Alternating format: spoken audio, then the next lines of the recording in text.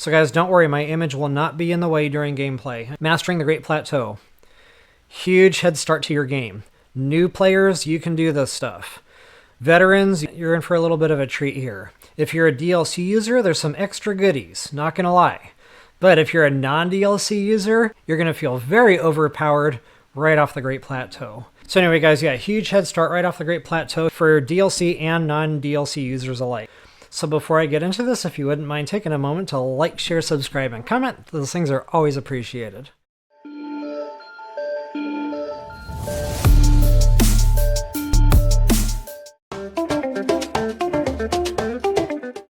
New game, absolutely. This is new. Okay, so I guess that's a Switch 2 upgrade.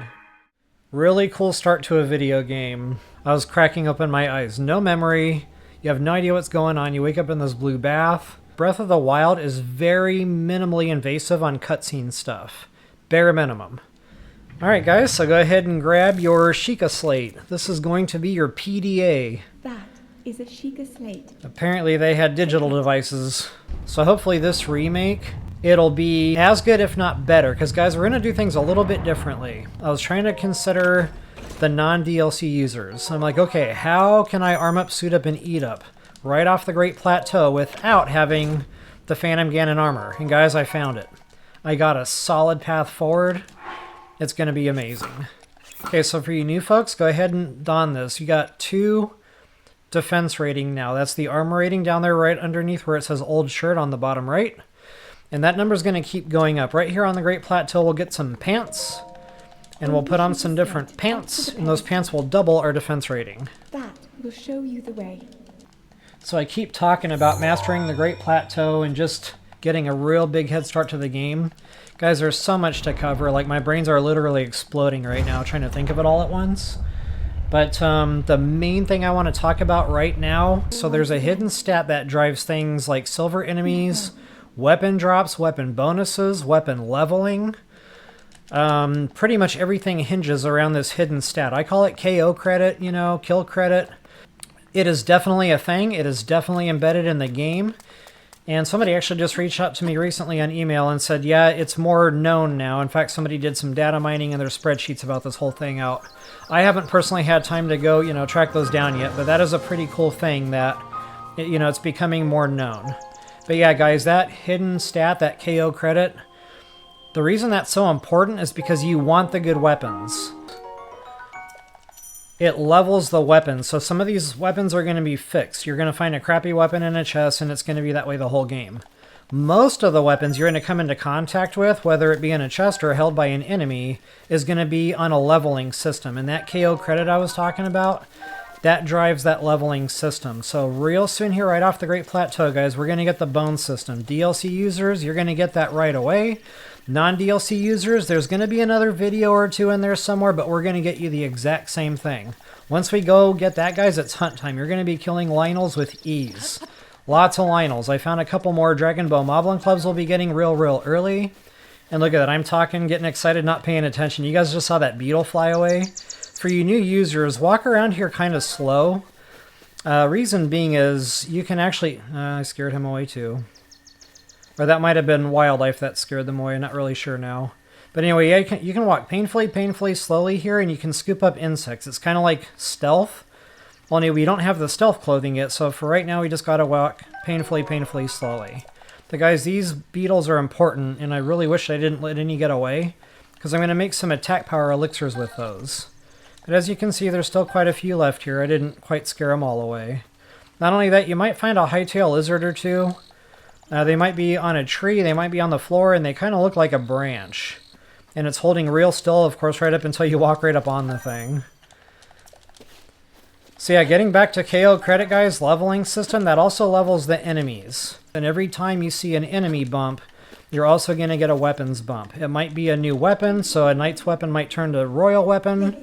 It might be a knight's weapon with a bonus on it, like attack power up. Royal weapon, you know, just... It's just going to flow, guys. Like, you're going to be absolutely mind-boggled at how fast this weapon system is going to progress in our gameplay here. Okay, once again, I'm not paying attention. I should have walked up real slow on that butterfly and scooped him up. That's going to be for cold protection. So anyway, for you new players, go ahead and talk to the old man here. There's definitely some storyline. Again, it's bare minimum. It's not like typical Zelda game for you old school fans out there, where you just have a whole bunch of heart containers laying all over the land and you can pick them up and replenish your hearts. It doesn't quite work that way. We've actually got to cook stuff up and use that for heart replenishment. So I'll show you how to do that here real briefly. And you can toss out 10 items at once. So it just kind of speeds the cooking process up a little bit. Just be careful because they can like burn and disintegrate. So you have to be kind of quick to pick them back up. And go ahead and do that with whatever apples you've scooped up at this point. Alright, I'll come back to this. Go ahead and grab that axe. It makes a decent two-handed weapon. Look at that, I just let a lizard get away. Telling you guys, I'm missing out. Getting too excited here. Talking about all the leveling that's coming up. So yeah, right here on the Great Plateau, there's going to be rocks. Pick up all the rocks in the whole game. You might find just, you know, something random like a cricket under there or just a rupee. But you might find gemstones, which you can sell for rupees. And always spam that button when you pick the rock up. Always spam that A button. Because sometimes, you know, Link will accidentally put the rock back down and it negates whatever rupee might have been there. I don't know if they fixed that. But it definitely used to be a thing. So I pick the thing up and I kind of keep walking under it so the rock falls behind Link. That way if there's a rupee there, you walk right into it, you collect it, and all is right in the world. Alright guys, first enemy. He's just a red. 4 swings of the tree branch here is going to make him drop his tree branch. Then you can pick it up and beat him to death with it. It's pretty awesome. I don't know what makes him more mad, the fact that you're kicking his butt or the fact that you used his own tree branch against him. As a matter of fact, you might want to get used to putting down frequent saves. Now, the game is already going to do frequent auto-saving, guys, so, you know, one thing that you really don't have to worry too much about is death. And I know, guys, that's easier said than done, especially for new players out there. Things are going to be big, scary, noisy. Your adrenaline's going to be going, your hands are going to be sweating, you're going to be fumbling buttons all over the place like a monkey trying to play football on ice with other monkeys. So that's kind of like what it looks like on my controller when I'm fumbling buttons. But anyway, yeah, just, you know, like I said, be aggressive, dive right in, start swinging. If you die, you die. No harm, no foul. Reload that save. Another thing, too, is every time you enter a new area, autosave. Every time you collect a treasure chest, autosave. Every time you get a Korok seed, autosave. Every time you do something else random, autosave. So, like, you're never very far away anyway from your last save. But, you know, sometimes one of those things don't trigger an autosave for a little while. You might have scooped up a few beetles or something.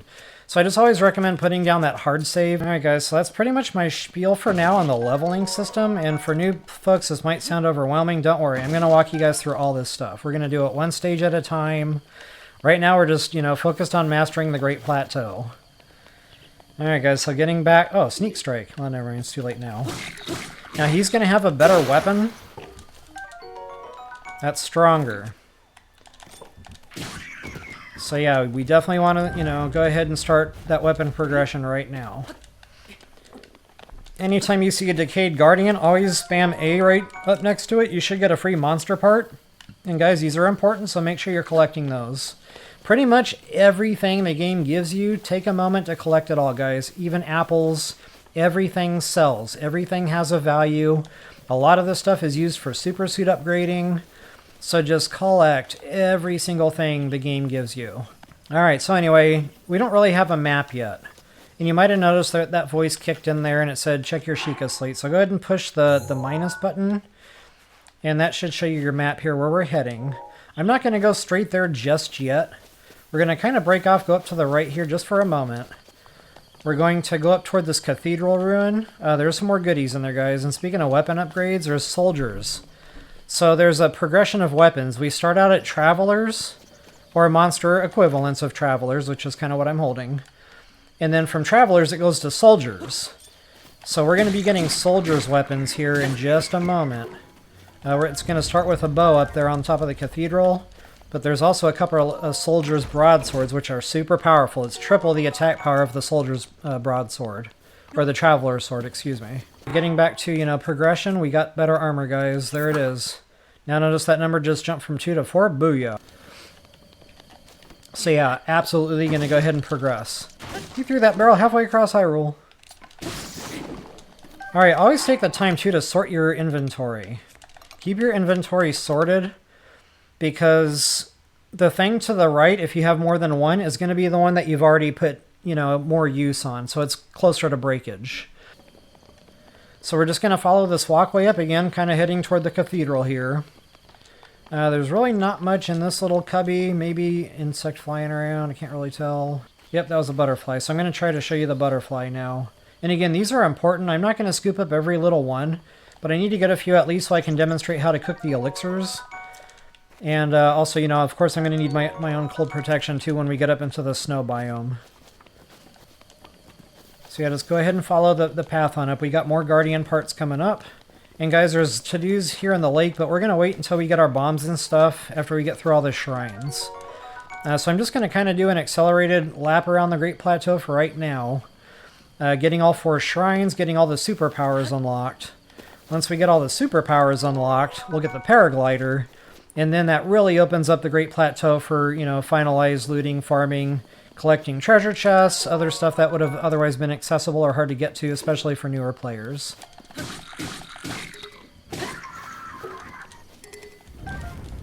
Okay, that weapon's about to bust.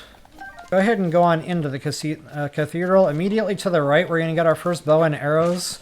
Now again, this bow isn't going to be anything great. It's going to be Travelers, which is, you know, again, bottom of the barrel. But we're going to go ahead and get an upgrade to that right here in the cathedral.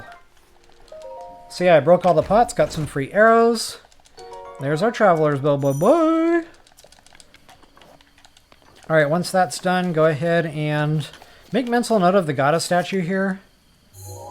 So I just pushed in my right joystick in case you're wondering how I did that. But yeah, make mental note of that. Once we get the 4 shrines done, we can trade in the spirit orbs we get out of those shrines in for a heart container or stamina vessel. Which brings me to my next big topic, guys. You're going to have a choice. You can either get more heart containers or more stamina vessels, and you're wondering which one should I choose. The no-brainer is always going to be heart containers, right? Actually, I've played the game both ways, and honestly, you're better off getting the stamina vessels. Now that might sound counterintuitive. You might be thinking, you know, 3 heart containers, aren't I going to die a lot? Yes and no. So yes, you're going to die a lot anyway if you're a new player. I found that out pretty quickly when I was going after them heart containers. But not having the stamina, guys, that got me killed. I couldn't run away. I couldn't climb. I couldn't use my bullet time, bow and arrow in the air. That slows down time. That stamina, folks, it's your everything. Consider it a lifeline. So I 100%, hands down, absolutely, unequivocally recommend going for the stamina first, guys. All the stamina wheels. All 3 stamina wheels. So yeah, I know, again, it sounds counterintuitive, but as you continue on through the overall walkthrough here, you're going to see that in action, and you're going to be glad you did.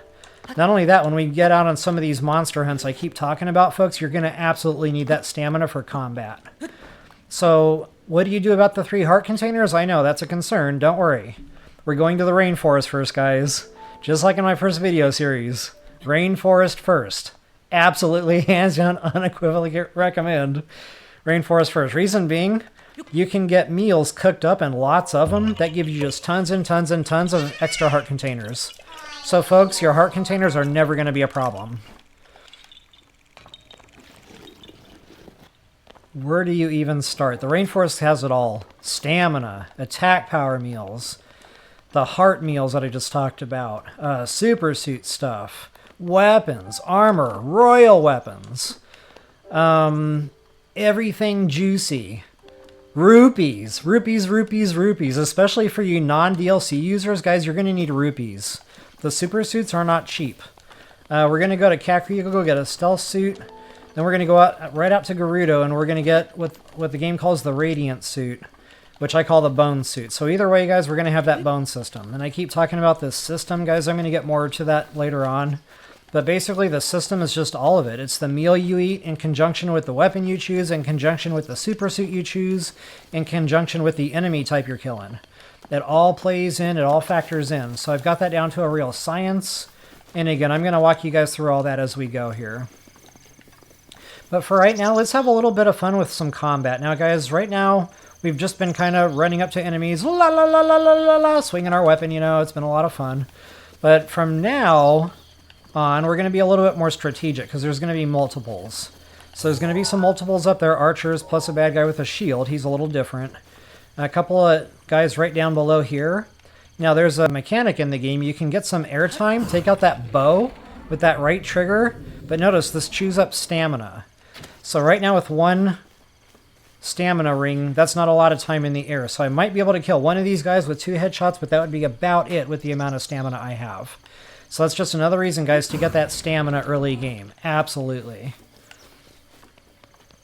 So I'll go ahead and demonstrate that. I think they call it bullet time. I don't know if that's an official name, but uh-oh. Oh no! Bomb barrels, danger, danger, danger. But notice, 1 heart, 1.5 hearts, 2 hearts, because Link wanted to roll down the hill and damage his shoulder, elbow, neck, and spleen. So he took a little extra damage there than he otherwise needed to. But this is why we cook the food, folks. And by the way, this kind of stuff happens in my walkthroughs constantly. And that's okay. So anyway, I'm going to go ahead and try to do this right and jump and get this bullet time just to show you the damage in the air with the bow and arrow. Pow! Pow! 2 headshots. Done. So now, again, if I was more on the ball, I would have jumped, I don't know, probably right about here, and I would have done that, killed one of them, and then I would have ran in with my club, la la la la la la la, to kill the other one. So again, just walking around painfully, slowly to get some butterflies. And you're going to run into lizards, frogs, guys, get them all. Beetles, etc. Again, everything the game gives you. Take a moment to scoop it up, especially here on the Great Plateau. Speaking of everything the game gives you, enemies fire arrows and you can collect those arrows. So I'm actually going to play a little game. It's called Don't Get Hit by Flying Arrows by the 2 Archer Bobkins. And let's see if I can actually win the game by not getting hit by the 2 Archer Bobkins. And again, they like to give you free arrows, so take full advantage of that fact. And keep scooping them up. At some point they're going to stop doing that, you know, so get what you can while you can. But yeah, I think it's like 3 or 4 per enemy. Ouch. Oh yeah, it's only a 1/4 heart damage, by the way, if you get tagged with an arrow right upside the nugget like I just did. Protect the nugget. Protect the nugget. There are no helmets in this game, so my nugget is exposed. So take a look around here. There should be just some more random loose arrows. You know, you're going to need these. Archers, you can usually headshot with any bow and one hit them, but you've got to get the headshot. So that only works for archers. Any other enemy that's holding regular weapons, like that dude over there, it doesn't work out the same. You usually have to, you know, put the full amount of damage in to get them killed.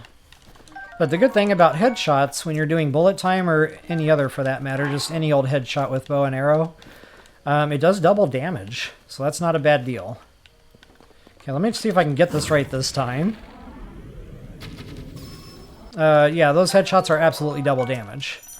So here it is, guys, Traveler's Sword. Now for new players, I recommend using a one-handed weapon and a shield, because you can keep that shield up and kind of, you know, prevent incoming damage. So that's probably the way you're going to want to go until you get used to the combat. So you can just hold that left trigger down, keep that shield up.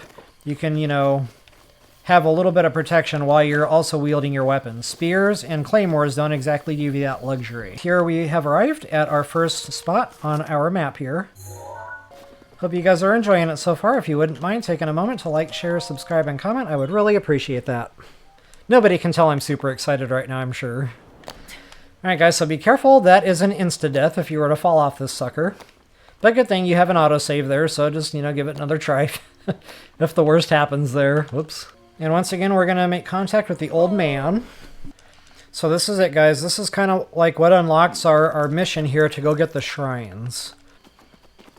Alright, so anyway, he's directing us to go over that shrine right there. I'll go ahead and pin that with my A button just to show you how that works. Then you can look at your map and you see where the pin went. And just to kind of mark the other locations where we're heading, there's another shrine here. There be one here. There be a shrine here, Captain. There be another shrine here. So yeah, we're going to hit all 4 of those points, not to mention all sorts of goodies, guys. Loot, treasure chests, arrows, ice arrows, fire arrows, bomb arrows. All of this stuff is right here on the Great Plateau. Underwater chests, hidden chests, Croxies, just, yeah, it's everywhere. Now, guys, getting back to healing, especially for you new players, you know, all this stuff is fine. It all, you know, gives you different variants there as to how much it heals. But one thing I really like to do is scoop up a few of these fish now, and you can shoot them with bow and arrow.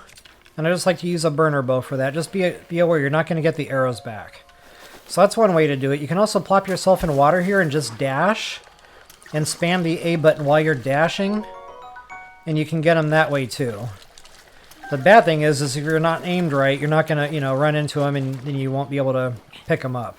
And you saw a couple swim really fast. Get back here. You're going to be fish sticks here in a second. Okay, you can't actually make fish sticks. I guess mainly because they don't have hazardous man-made chemicals in their food in Hyrule, whereas in the real world we do. So yeah, no fish sticks here. Oh, and if you want more fish, you can absolutely get them in the water here too sometimes, so keep an open eye for literally anything that moves. And it shouldn't be hard, guys. I call it shiny rock syndrome. Breath of the Wild is absolutely full of shiny rocks. You're going to be like, okay, I know I need to go over here and do this. Oh, what's that? Shiny! And then you're going to be like 10,000 miles out of your way. You're going to have no idea where you are. There's no more map anymore. It's a great time. I consider it an absolute party. Look in the water here. Sometimes you'll see frogs jumping around. I'm not having that kind of luck right now, and that's okay. We're going to be getting a superpower here that allows us to pick up metal, kind of like, you know, X-Men or whatever. Wait, am I allowed to say that? Now, if you've got the DLC, you're going to have some of these red chests that say EX for extra. Or extravagance, I don't know what it really stands for. But anyway, that's something you're going to, you know, definitely want, because you can sell that for rupees, guys. This is where the primary source of your rupee income is going to come from, selling gemstones. Okay, go ahead and click the pedestal there. That'll get our shrine opened up. And just to kind of get what I need. What was that dude's name from X-Men? Magneto. Okay, so yeah, Magnesis Magneto. Hey, maybe I'm onto something here. Eric, yes, thank you, Tony. Oh, wow, like I said, that was really itching my brains there. So anyway, guys, go ahead and use Magnesis here, and be aware, I can't tell you how many times I've dropped that big metal thing on top of my nugget, and it's heavy, and it's big, and it does a lot of damage. So yeah, just, you know, a little safety tip on that. But yeah, Eric, that was the dude's name. Maybe I'll start calling it Magneto. So anyway, go ahead and grab this block, pull it back towards you with the down arrow on your D-pad, and then push it kind of like forward. Just to kind of, you know, make it to where it's level. Then I pull that back again, then I push it forward again, just to kind of get closer to this guy. And then lift this thing way up in the air, as high as it'll go. Okay, so you move your right joystick up and down. I guess I should have said that. And then move it as far forward as it'll go. And you can use that little dot that's on the floor, kind of like a little blue dot, to show where it's going to land. And you can already smell what I'm cooking here. We didn't even have to fire an arrow. But, you know, if that's boring, you know, you can just kind of jump up here, get that bullet time, shoot him in that eyeball, that's a headshot, and that'll get him dead pretty quickly. Go ahead and use this as another little bridge here to get us across. And I believe in this chest we've got another traveler's bow.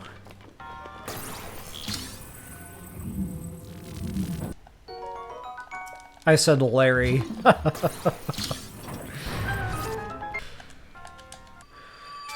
So here we go, guys. Once again, we'll meet up with the old man. Right off the Great Plateau here is we're going to focus on inventory. Notice how very limited you are. Absolutely claustrophobic, if you ask me, on how much inventory we have. And it doesn't matter right now when you got 20,000 tree branches. But here in a minute, that's really going to get very claustrophobic. You're not going to have the space you need to collect the good stuff we're about to collect. So yeah, right off the Great Plateau, we're going to go find a guy named Hestu. And Hestu is going to be our best friend. He is going to increase our inventory. But that's the reason I'm going to definitely take the time to get tons and tons of Korok seeds on the way. And so will you. You know, you'll be following along with the guide. And we're going to be in very good shape to unlock just tons and tons of inventory with those Korok seeds. Okay, but for now, just go ahead and get your chests up out of the water. And again, guys, selling power. And I just realized I totally forgot to stamp where we got our soldier's bow. our pants. Our higher defense pants. Okay, 27 arrows. Again, guys, this isn't great because it really starts chewing up arrows. But if you take the time to open all the crates in the game, the arrows shouldn't be too much of a problem unless you're just really going through them. I usually come off the Great Plateau with right about 100 arrows, give or take. You know, sometimes a little less, sometimes a little more, depending on, again, how much I'm using them. But breaking open these crates is definitely the way to go. Now, notice I used Magnesis and I dropped that crate right in the crack of the two that were on the floor. That just saves, you know, having to chew up all your weapons. There's another ingredient here I want to show you for cooking. And you can also eat these raw. It replenishes a full heart, so it's not bad to have on your inventory. There's actually quite a few of these on the Great Plateau as well. Okay, so we're going to bring this with us, and we're going to go over here to this disgusting looking water. But yeah, this gooky stuff with bubbles coming up out of it. Oh, there's a Korok seed here too, by the way. Go ahead and get him scooped up. Absolutely. So yeah, guys, Hestu, inventory. That's going to have to happen. And in the first video series, I did Hestu after I invaded the rainforest and got all the weapons, but we didn't have room for all the weapons, and I regretted not going and getting a few inventory spots unlocked first. But you're going to have to put one of each end, one on the wooden thing over there, and the other one kind of right down here on this little piece of land. And guys, it's okay to fall off a few times, because I did it too. Just make sure you're not down to 1 heart when you do. So yeah, make sure that you have more than 1 heart, because every time you drown in water or the mud, it's a 1 heart penalty. Okay, so go ahead and continue on around the mud here. And guys, there's fire and ice arrows, baby. We are already moving up in the world. Ice arrows. You are going to be using ice arrows like they're free. Unfortunately, they're not free. But you can freeze enemies, get damage bonuses. It makes the battlefield more manageable so you're not getting swamped.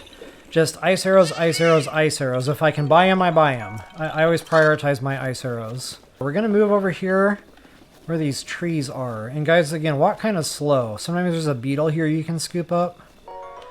There's our first stamina mushroom. Go ahead and take the time to collect everything the game gives you anyway, but especially the stamina. You're going to be eating stamina meals left and right. Especially on long climbs, especially when we're in combat doing bullet time. Yeah, there's going to be a big, heavy need for lots and lots of stamina meals. Okay, no beetles today. That's super... Oh, there he was. He just flew away. See? I should have looked around the whole tree and not just made the assumption there. The bone system, guys. If you've got the DLC, we're going to get that very quickly. Very quickly, like immediately off the Great Plateau.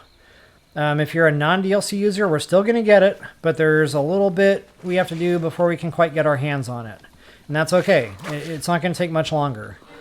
Once we get it, guys, it's hunt time. Just, you're going to be killing things you wouldn't have thought imaginable, especially as a new player. But it's going to be so easy and worth it. You're just going to get through it, and it's going to be awesome. But other reasons beside the bone system, guys, even if you're a non-DLC user, so the DLC users will get the bone system out of the rainforest. That's primarily why I went there in my first playthrough. But guys, there's other reasons. So if you're a non-DLC user, you've still got to go to that rainforest first. Why? Rupees, arrows, gemstones, all that stuff is out there. But in addition, this is where it's really going to be beneficial to you non-DLC users. Super suit stuff like the rubber set, that's going to be there. Not only that, the meals. The meals is key. Arm up, suit up, and eat up. The meals is a big part of that. So, yeah, rainforest guys, lots and lots and lots of hearty meals. Just tons of this stuff. There's going to be so much you're not going to know what to do with it all. But that's where we're going to get our heart containers from, so we absolutely have to go to the rainforest first. In addition, the mighty bananas and the attack power meals. Once again, guys, makes all the difference. That's what converts you into a player that's kind of struggling. It gives you all the advantage, all the confidence in the world. And you can just go demolish anything the game can throw at you. Not only that, just the radishes, the durians, the bananas, just weapons, royal weapons out the yin-yang, knight's weapons out the yin-yang. My brains are exploding. Like, there's so much in that rainforest, again, for DLC and non-DLC users alike. So I'm kind of hesitating right here because this one's going to come alive now, guys. We don't need to worry about killing these right now. This is just kind of a little bit of a thing to give you a heads up. He has to have line of sight. So if you break that line of sight, you're safe. If you stay in that line of sight, he's going to drill you. And guys, he does a number. But now walk at an angle, and he'll miss every time. It helps to sprint, but just as long as you're going at an angle, he'll miss every time. So, you know, if you're trying to get to safety or cover where you can break that line of sight, just keep that in mind, and you'll stay safe from his attacks. So I promised you guys soldiers' weapons right behind, and just to give you a better map overview of where we wound up there. That was our Magnesis shrine, and we are now down here. Uh-oh! Inventory full, not good already, but I just fell off the Great Plateau like a genius. And then our next shrine is right in front of us. Go ahead and pop on in. Oh, before we do, there is another goodie here. Go ahead and scoop up this rock.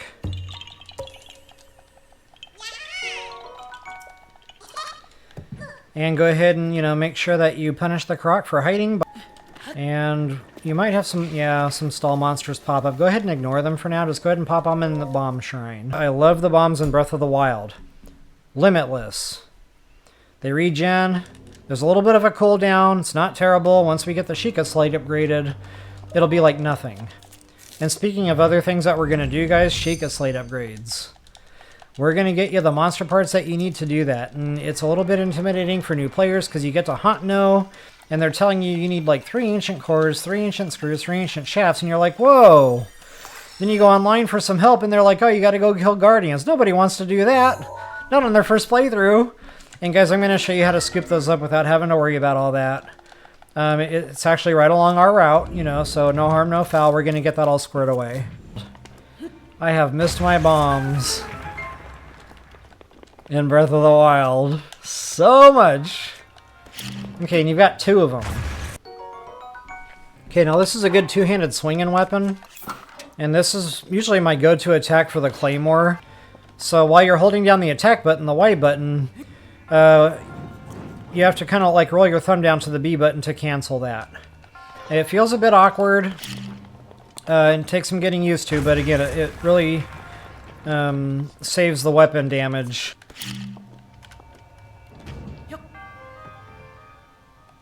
Okay, the great thing about the bombs in BOTW versus other Zelda games is you can control when you detonate your ordnance.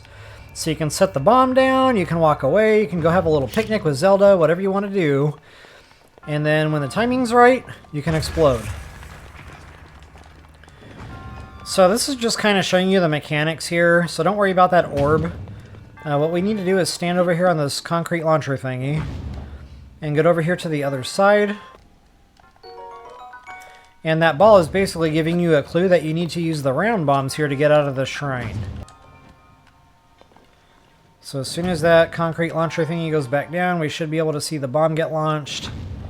Once it's in position, go ahead and detonate your ordnance. And we are out of here. So folks, I genuinely hope that helps you all out. If you wouldn't mind taking a moment to like, share, subscribe, and comment, that is always appreciated. Well, one of the reasons I love the bombs, BOTW.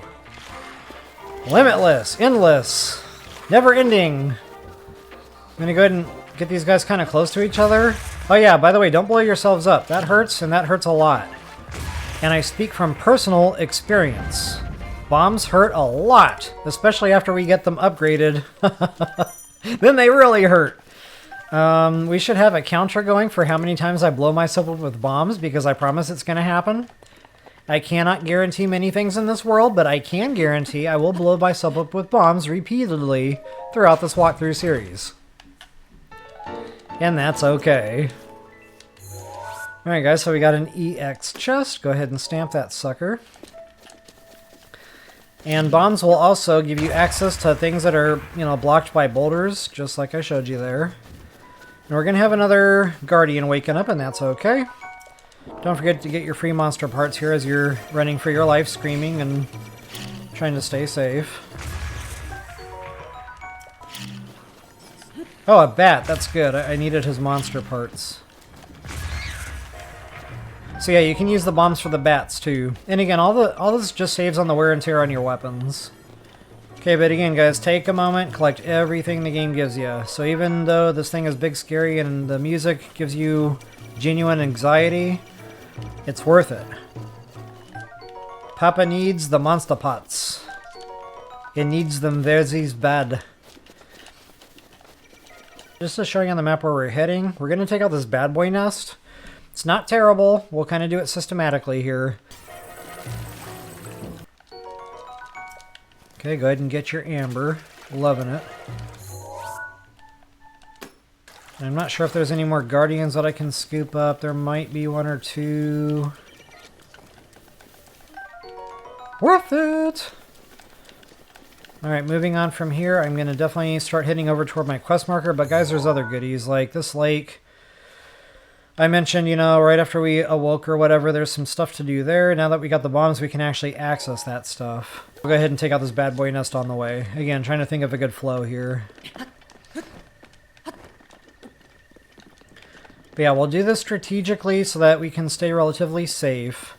Now there's a bobcat in there with wooden weapons, and I used to think that fire like started damaging the weapons before you picked them up, but if you can get them quick enough, they don't. Actually, this might be easier anyway. Go ahead and climb to the top of the skull. Actually, there's only one archer. So go ahead and get that headshot. He should auto-die. Go ahead and get yourself combat ready here, guys. Again, make sure you've got the suit on that we've collected. You know, defense rating 4. That'll keep you alive.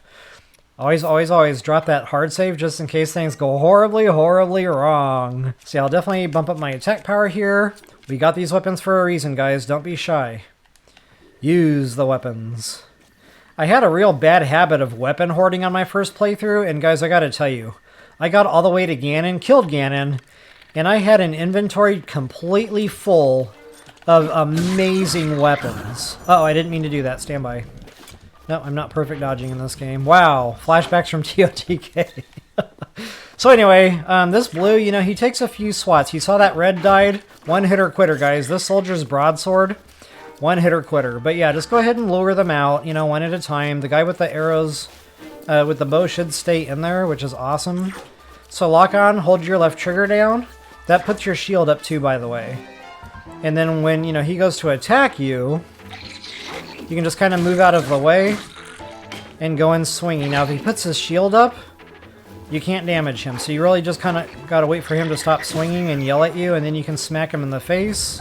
I don't know what he was trying to say there, but I clearly took offense to that. And speaking of, you know, upgrading weapons as we go, you can see that thing did not take much damage. So yeah, we're going to upgrade our shield too while we're at it. I don't even know why I'm carrying them still, if I'm being honest.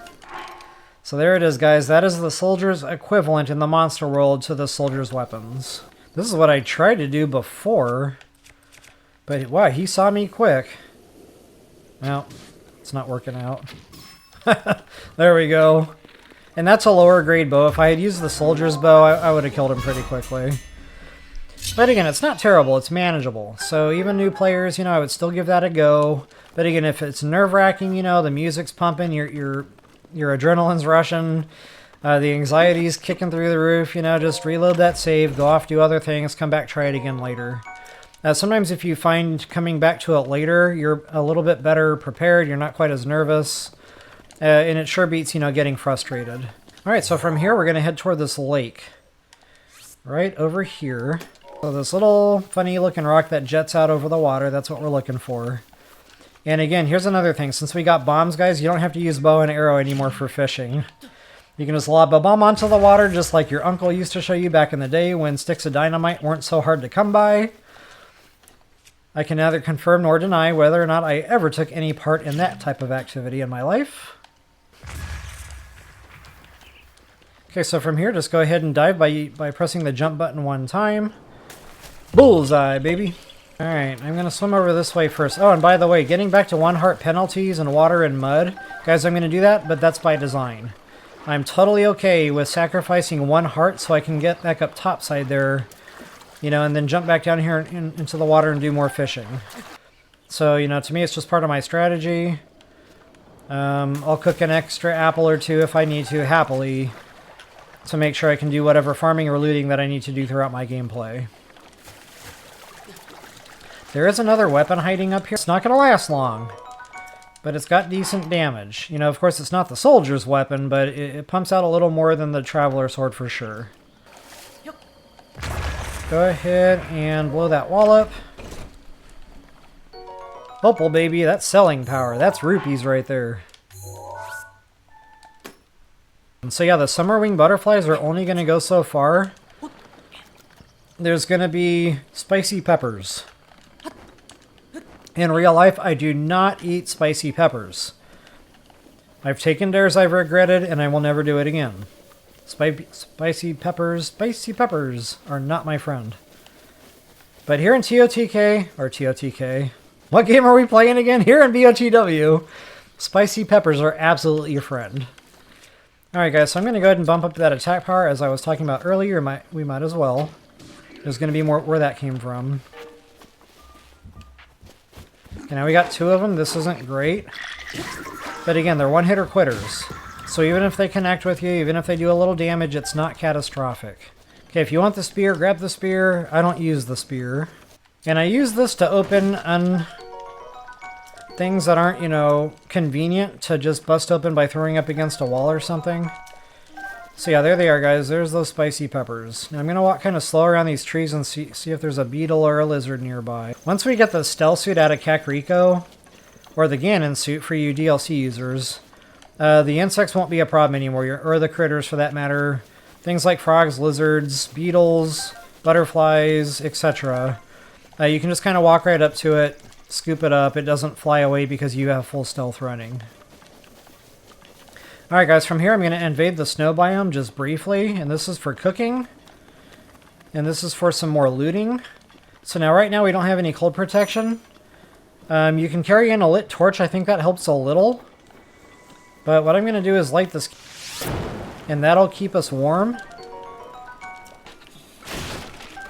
And yeah, I'm going to do just a little bit of cooking before we get to the old man's cabin. Not only that, there's some looting to do here anyway. The bundles of wood, guys, we're going to need like 10,000 bundles of wood. Terrytown, Link's house, there's like, I don't know, 80 or 90 or something bundles of wood that we're going to need in this game. It's pretty insane. So here's my spiel on cooking. It's going to be a lot of information. I apologize in advance for information overload, but it's important stuff. So anyway, the monster parts, they all do the same thing. Whatever critter you throw in with the monster part, it's going to give you whatever level of that superpower it's going to give you. So in other words, the monster parts do not raise the level of the power that you're cooking. So this is Bladed Rhino Beetle, that's going to be attack power. So I'm just going to use attack power for an example. You've got low level, mid level, and high level attack power. So if I use this beetle and a monster part or many monster parts, or a grade A monster part, which is the gut, grade B monster part, which is the fang or the tooth, grade C monster part, which is usually the horn, that's all going to give you that same low level attack power elixir. The difference is time. If you use the C grade, you're going to get the least amount of time out of the elixir. It's still going to be low level, but not as much time. If you go up to a B grade monster part, you'll get a little bit more time out of it, maybe an extra minute, give or take. If you use a grade A monster part, you're going to get even more time out of the deal. Again, you know, maybe an extra minute, give or take. So anyway, why is this important, guys? Because a lot of people think that the monster parts have something to do with the strength, and it really doesn't. So in case you're wondering, okay, well, if that's the case, then how do I get a high-level elixir? And guys, the secret is you have to combine food with the critter and the monster part. So you need the critter and the monster part to get the elixir cooking. And of course, I don't have any meals, or excuse me, I don't have any ingredients here yet on the Great Plateau that we can throw in this with this that would give us our attack power elixir. So unfortunately, I cannot cook this yet. But, you know, I would toss 3 mighty bananas in there. I would toss 3 mighty carp in there. I would toss 3 mighty anythings, pretty much. Mighty prongy. The thistles don't do too good on their own unless you're doing other stuff. You know, you can mix and match. But anyway, that's it, guys. That's the secret to your success when it comes to elixirs. That's how you get the high level. Again, because this gives you more time. Of course, if I'm going to cook the elixir, I want to get as much time out of this as possible. And because I might get a randomized bonus being the first meal that I'm cooking, that's why I'm doing the attack power. I might get lucky and get a mid-level here. I don't know. We're going to see what happens. So yeah, I'm going to do 2 horns, 2 fangs, just to kind of spread the ingredients out a little bit. But again, this is really all just more to do with time. Oh yeah, and don't cook these guys. Yes, it'll give you a little bit more time, but you're going to need those to upgrade the radiant set. Because guys, I'm telling you, you've got to prioritize your rupees and your ingredients so you can make sure that you get that that radiant set upgraded to bone attack up. That is your everything. Okay, so I did not get a bonus on that one. I got 2 more.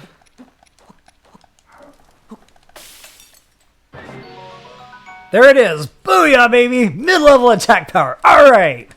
Okay, now as far as meals go, I mentioned we need a little bit of...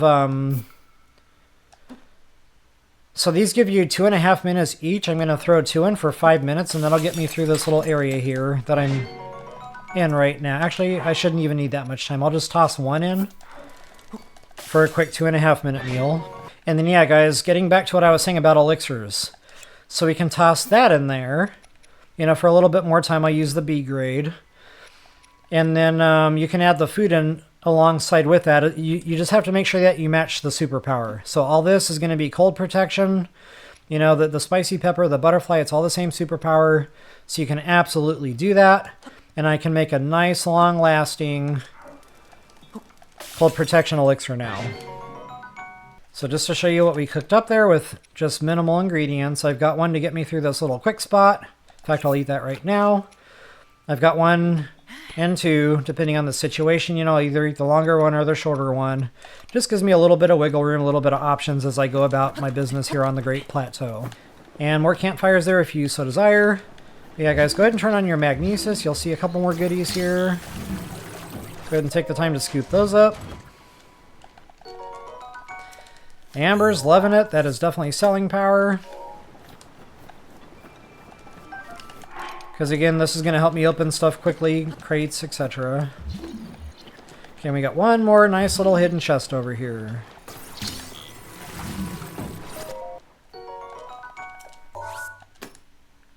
There it is, guys. Go ahead and ski-daddle. Get yourselves out of the snow biome so we don't have to take unnecessary damage or, you know, worry about eating more meals for that matter. There's really nothing else in here right now. We're going to come back through here and do more thorough looting. Like there's a hidden loot cache behind that waterfall. It's got good weaponry, good bows, arrows, etc. Not to mention, you know, the ice bats, the ice chews, all the stuff that we're going to need for super suit upgrading later on. Moving on. I don't think that rock picks up.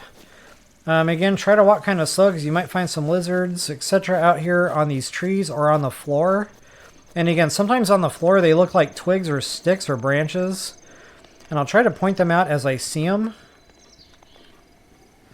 without taking too long at the same time. Because if I'm going to walk around this whole area super slow, it's going to take forever. So yeah, I'm not going to do that. But I am going to kind of go out a little ways. And then we're going to circle back over to this point here in a moment.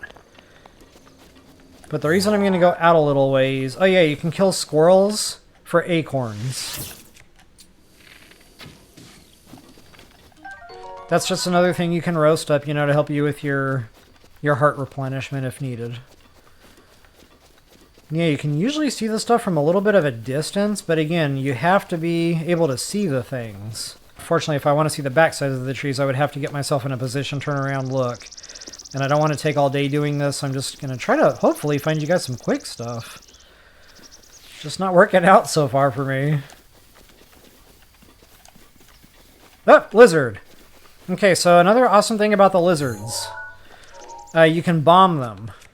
Frogs and lizards are all bombable just like the fish. So, you know, if you don't want to take a chance of them getting away from you, if you're worried a monster might scare them away or something, go ahead and bomb them. It'll stun them. And then you can, you know, scoop up your critters that way. Now, that does not work for butterflies. Butterflies, darners or dragonflies or whatever, insect-type stuff, they'll just, you know, vanish into a puff of smoke. So, yeah, you'll definitely kill them if you try to bomb those. All right, guys, we're coming up on a little bit more bad boy trouble here. Should be low-hanging fruit. We've already killed tougher. Oh, you can steal their weapons. That's a lot of fun. But I don't have the space in my inventory right now, so I'm not going to do that. But go ahead and beat them over to the weapons. Swing once. You should be able to get them both in one go. Oh yeah, speaking of bombs killing insects, you're definitely going to want to do that for the honeybees because they really hurt. And they will not leave you alone. And guys, notice, one bomb will break the tree. A second bomb will turn it into bundles of wood, getting back to needing like 10,000 bundles of wood later in the game. Anytime I knock a tree down, just, out of habit, I take that extra second, throw another bomb out there, turn it into firewood so that I can absolutely get a good head start on the bundles of wood needed for later on in the game. Nothing's worse than getting to Hontno or getting to Terrytown and then realizing you have to go out and farm like 60 bundles of wood. Nobody wants to do that. Bomb arrows, boy! Loving it. I don't normally use the bomb arrows on combat, although you can, and it's a lot of fun. I'm not knocking it by any means. But it tends to make quite a mess. A lot of times the arrows will catch on fire and burn. You won't be able to get your loot. So I just don't make it a habit of using them. But yeah, if you're up against a tougher bad boy nest, it is a nice tool to be able to use to go in there, get a little extra damage done. Make the fight a little bit easier. Okay, so notice all these goodies here. This is the old man's cabin, guys, just to show you on the map here where I wound up. And again, you might find beetles or lizards here also. I'm just not having... Oh, there's a beetle. And again, a bomb will absolutely kill that thing, so you have to do it the old-fashioned way for now. Walk painfully, slowly, and scoop him up that way. Here, but guys, there is a quest alert here, and I don't know if Nintendo's fixed this, and I'm not going to take any chances. But if you want to do some treasure chest hunting later on, you can upgrade your Sheikah Slate, take a picture of a chest, and it'll actually beep and point you in directions of different, treasure chests. But there's a glitch here where if you don't actually open this later on and get the chest, the game doesn't think it was gotten, and then your Sheikah Slate keeps wanting you to come back here to this point to get the chest that isn't there, because you got it from the old man. So there's a cold protection clothing item you can get from the old man here. And he wants to see a recipe.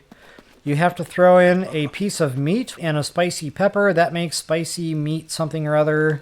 And that's the recipe he's looking for. He will give you the warm doublet. That's a shirt that will help you with cold protection. But again, guys, that'll cause a game glitch later on, so I don't recommend doing that.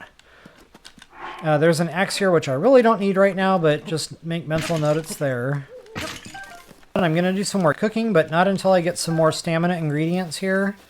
Not only that, rushrooms, guys. We're going to need lots and lots of rushrooms for suit upgrades. I think those are needed for the boots. I think those are needed for the climbing gear. Not only that, there's a side quest out near Gerudo, which we're heading anyway. If you got 55 you can hand over, you can get, I think, a diamond, which is 500 freaking rupees. Oh, wow, we got 3 of them here.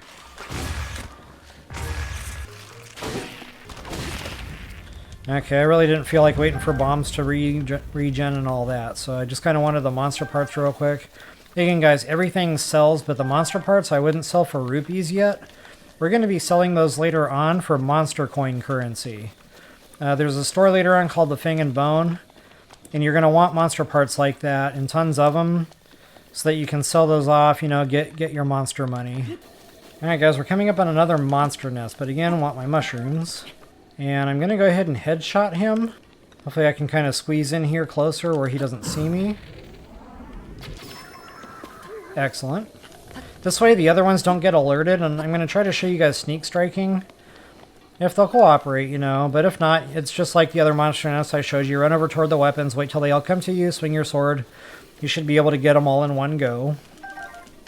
But sneak striking is a lot of fun too. So I'm going to walk painfully, slowly, just like with, getting insects and stuff.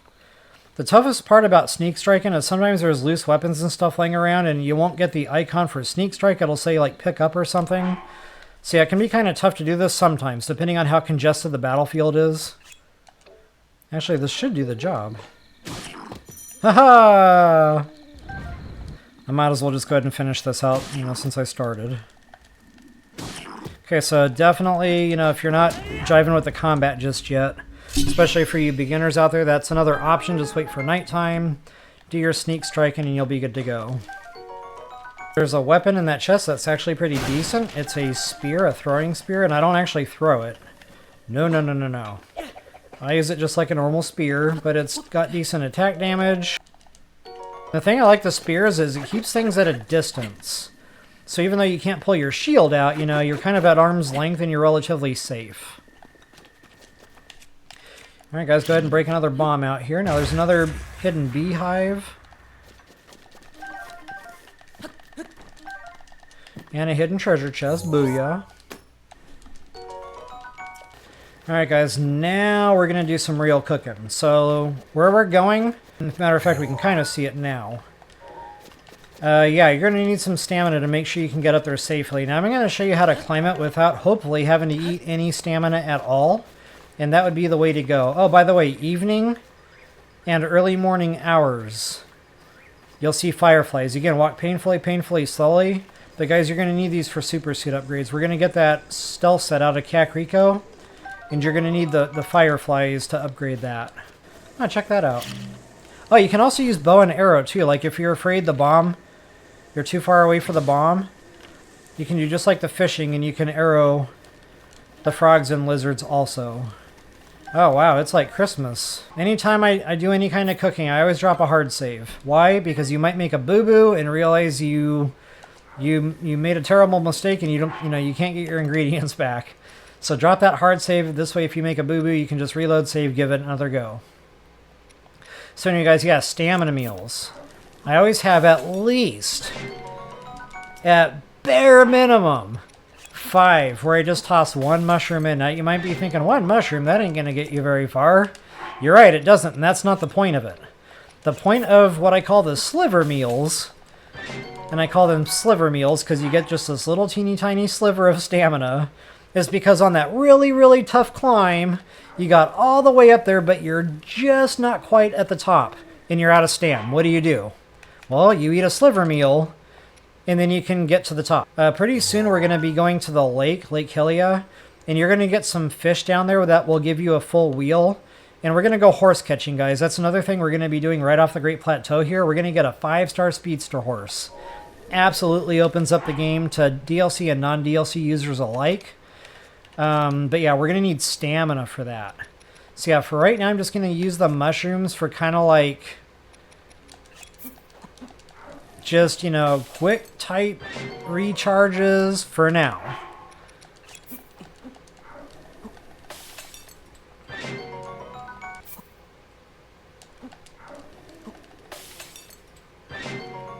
So yeah, I'm real happy with what we got cooking here. You can actually use these to roast also.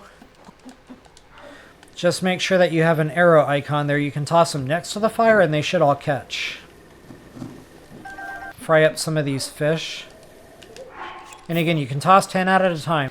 And the other thing I like about doing it this way is it saves inventory. So notice all these fish I cook, I could have had 1 there, I could have had 100 there. They only take up 1 spot in the inventory. So that's an awful lot of heart replenishment for only 1 inventory slot. Whereas if you cooked each meal, that would really start filling up this inventory, and that's no bueno.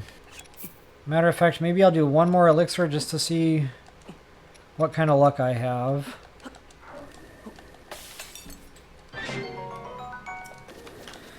Alright guys, here it comes. Next shrine. Alright, now we need to get across this gully. Go ahead and whip out a bomb. Toss the bomb. That should get you a little bridge across here. And I'm not worried about the insects over here. They're probably going to get scared away with the falling log anyway. I didn't see him. Right up until the last minute there, he was hidden. Okay, folks, so there's definitely going to be another goodie over here. I haven't been very good about that today. Oh yeah, lots and lots of apples here.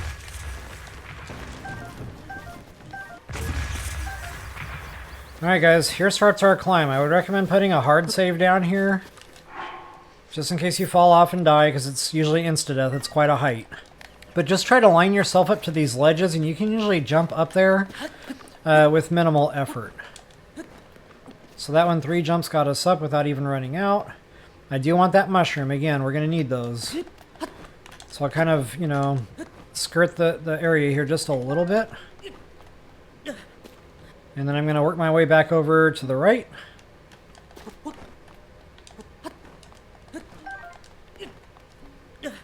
And moving right along, I got a couple more mushrooms there. Absolutely. Scoop those up on the way. I might just go ahead and eat the meal here so I can save time during the stream.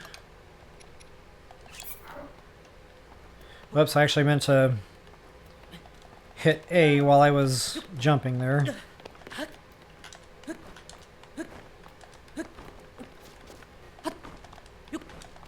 If it's nighttime, you might have a couple bony monsters popping up here. No biggie, go ahead and kill them and go on your merry way. Or you can just dive into the shrine and ignore them altogether, which is what I usually do. Alright, it's getting real now. And guys, there's a lot to do still on the Great Plateau. After we get that paraglider, the Great Plateau really opens up. Right off the Great Plateau, again, more Jorah's Mask, just other goodies. My brains are melting right now trying to think of it all. The Garuda weapons, especially the Garuda weapons. Those are worth going out for already. Not only that, just going to get the shrines. More spirit orbs means more stamina. More stamina means more, you know, capable Link. Especially here early game. So yeah, lots and lots of things to do, guys, right off the Great Plateau here. I probably don't even need the Traveler's Sword anymore. But I want something garbagey so I can get this rock out of my way. I almost fell off that ledge. Wowzers.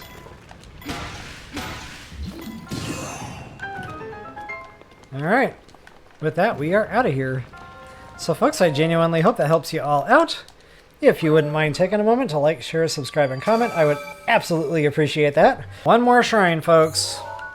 And lots to do here. Lots of looting. We're going to hit a lot on the way.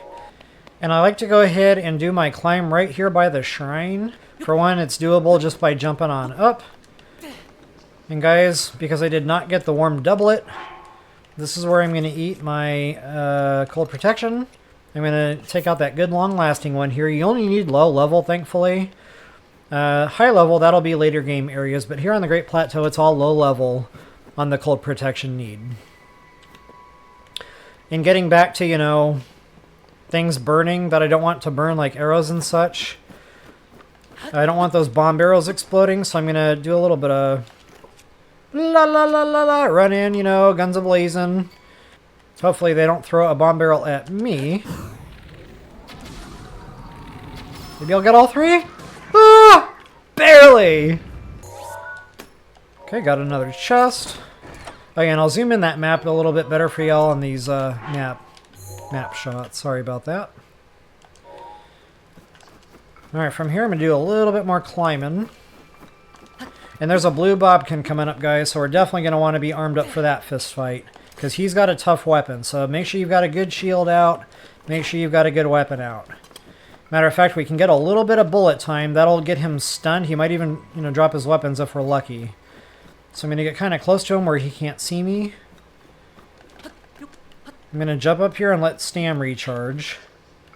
And then headshots. Pow! Pow! Pow! Got him dead. Oh, didn't get him dead. Yikes! Okay, that worked out. Got ourselves another decent shield. That thing can go. That is now garbage. 3 soldiers or equivalent weapons. And we haven't even gotten off the Great Plateau yet. And there's more where that's from.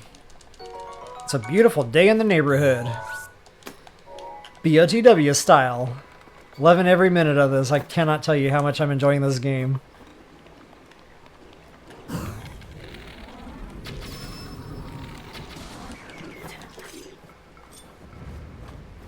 He's like, what's going on? Alright, absolutely open up my crates. Sometimes you'll just get an apple, but more often than not, you'll get arrows. And arrows is really why I take the time to open my crates. Okay, guys, and you can already see by my stamps, we've already kind of looted down in the water area. Now, right over here by the waterfall, there's a nice little hidden treasure chest that we're going to kind of sidestep for. This is where you might have to eat some stamina. I said might. This is where you're going to have to eat some stamina.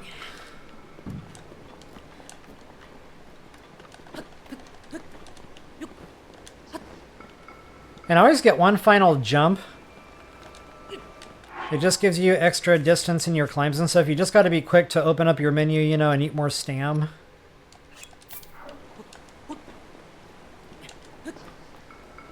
Okay, I don't think I'm going to make it over there. Also, if you side climb, it uses less stamina. So if you're close to a ledge and it's next to you, just go ahead and sidestep. And that should stretch out that stam just a little bit further. Booyah! And on this climb, it's a bit higher up, so I'm going to take advantage of that ledge there that you just saw kind of recharge stam. And then the snow really slows you down. We're going to go get snow and sand boots later on, to speed that up. But here on the Great Plateau, we don't have snow boots. So just try to walk on the rocks. You'll see a big difference in Link's speed if you're on the rocky surface versus the snowy surface. Alright guys, from here I'm going to kind of work our way over to this area now. And just in case you're wondering where I'm heading right now, we're going to the last shrine, which is the Cryonis Shrine. And that's going to be our ice block power. I love the ice block power. I didn't realize how much I loved it until I played TOTK and didn't have it anymore. I was like, oh, what I wouldn't give for Cryonis right now. Alright guys, so here's one Korok Seed.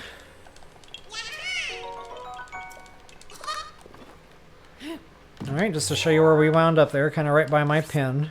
And I'm right under here. Now guys, be careful of, falling off.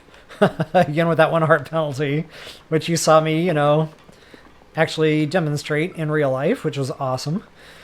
Yeah, so you can use the rocks to speed yourself up, but it's easy to fall off the Great Plateau here, as I have learned from personal experience.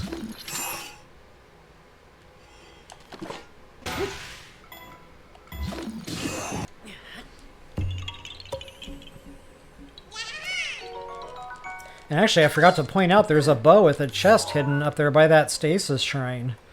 Just to kind of show you on the map where that would have been. Right by the shrine there was that boulder. I'm sure you saw the boulder, I just forgot to talk about it. But yeah, you can, stasis that boulder, hit it a couple times with a weapon, it'll get the boulder out of the way. But I didn't personally get it because it's a leveling chest with a traveler's bow, so I'll come back and get that later game when it's, a knight's bow or something like that, or a royal bow for that matter. But yeah, if you do want it, it is there for the taking. So I'm just going to kind of continue on this little ledge. And I know you see these mushrooms, guys. I know they're juicy, but we cannot get those from here because it'll kick us off the Great Plateau. 1 heart penalty. Sadly, we'll have to wait and come back to those later. As soon as we get the paraglider, we don't have to worry about that anymore. We can get off of here, go get things like that. No harm, no foul. Alright, guys. There is a hidden goodie up there. And once again, we're going to find the old man. And he's going to give you another offer to get the warm doublet. And once again, I wouldn't recommend doing that because then the treasure chest will not spawn in. And then if you want to come back here and do your treasure chest, hunting later on, that ghost chest will still be making the Sheikah Slate think that there's a chest there. He'll give it to you here without having to give up a meal or anything like that. And he'll just be like, wow, good job getting up here, and he'll give you the shirt. But yeah, go ahead and spam your collect button near this funny little rock, and that'll give you some kind of a gemstone. Or flint. Flint is fun, too. There's a side quest in Rito Village where you can trade, like, 5... What is it? 100 flint gives you 500 rupees? It's pretty insane. So yeah, you're going to see lots and lots of flint. Just know it's worth it. Let's see if I can play some basketball here. No way, Jose. That went nowhere near where it needed to go. And just to show y'all exactly like what's going on here, the missing rock is always in the direction where there's a missing gap. It's like you saw that rock was like right there. Turn on that yellow rune. It should help you to locate those rocks just a little bit easier. And there's my pin, there's my shrine, but right to the left of that, EX chest. Boom, baby. I mean, it's possible. I play a lot of video games, and sometimes I miss the news, for a day. Sometimes people will be like, how did you not know about that? Do you live under a rock? Like, how do you not know? Oh, yeah. Breath of the Wild, Tears of the Kingdom. Cut me a little slack. That'll activate our superpower here. And these ice blocks, they're awesome, they're fun. They can really put things within reach, especially where water and waterfalls are concerned. You can only cast 3 of them. So if you cast a 4th, the first one you put down will break and so on and so forth. Alright folks, let's do this thing. Let's get ourselves up and out of here. Now there's going to be a guardian coming up. A couple of different ways you can deal with this guardian. I usually just like to get a cheap headshot in with my beautiful soldier's bow. Doesn't always get the headshot, but, I try anyway. If I miss the headshot, it usually still one-hits them. It's all good in the neighborhood. And I think we've got another spear in this chest. I'll show you how to scoop that up if you so desire. One thing I really appreciated about TOTK was they give you the option to drop a weapon while you were still in the chest. So you saw it was a Traveler's, it's bottom of the barrel. That's a leveling chest, so I can come back here later game. That'll be some kind of better spear later on as we progress that hidden stat I keep talking about. Okay, so go ahead and prop one side up on this little ramp thingy here. That should get you up and out. So folks, I genuinely hope that helps you all out. If you wouldn't mind taking a moment to like, share, subscribe, and comment, guys, I always appreciate that. So I just teleport back here to the Shrine of Resurrection. Oh, there's going to be a Korok seed here, but we cannot get him yet. As soon as we land off the Great Plateau with our paraglider, he will then spawn in. Guys, there's so much more to do here.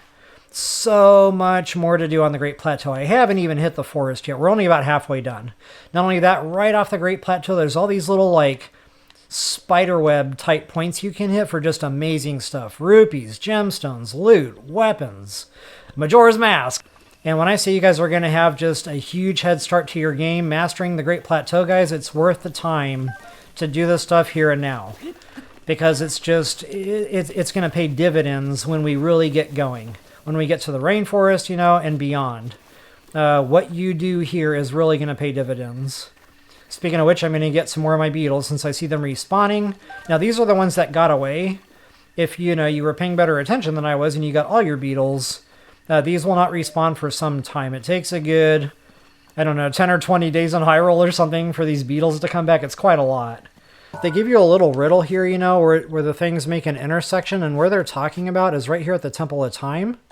Oh yeah, speaking of paragliders, guys, more stam. Once again, if you didn't catch the beginning of the stream, absolutely, hands down, wholeheartedly, without even thinking about it, I highly recommend getting the stamina first.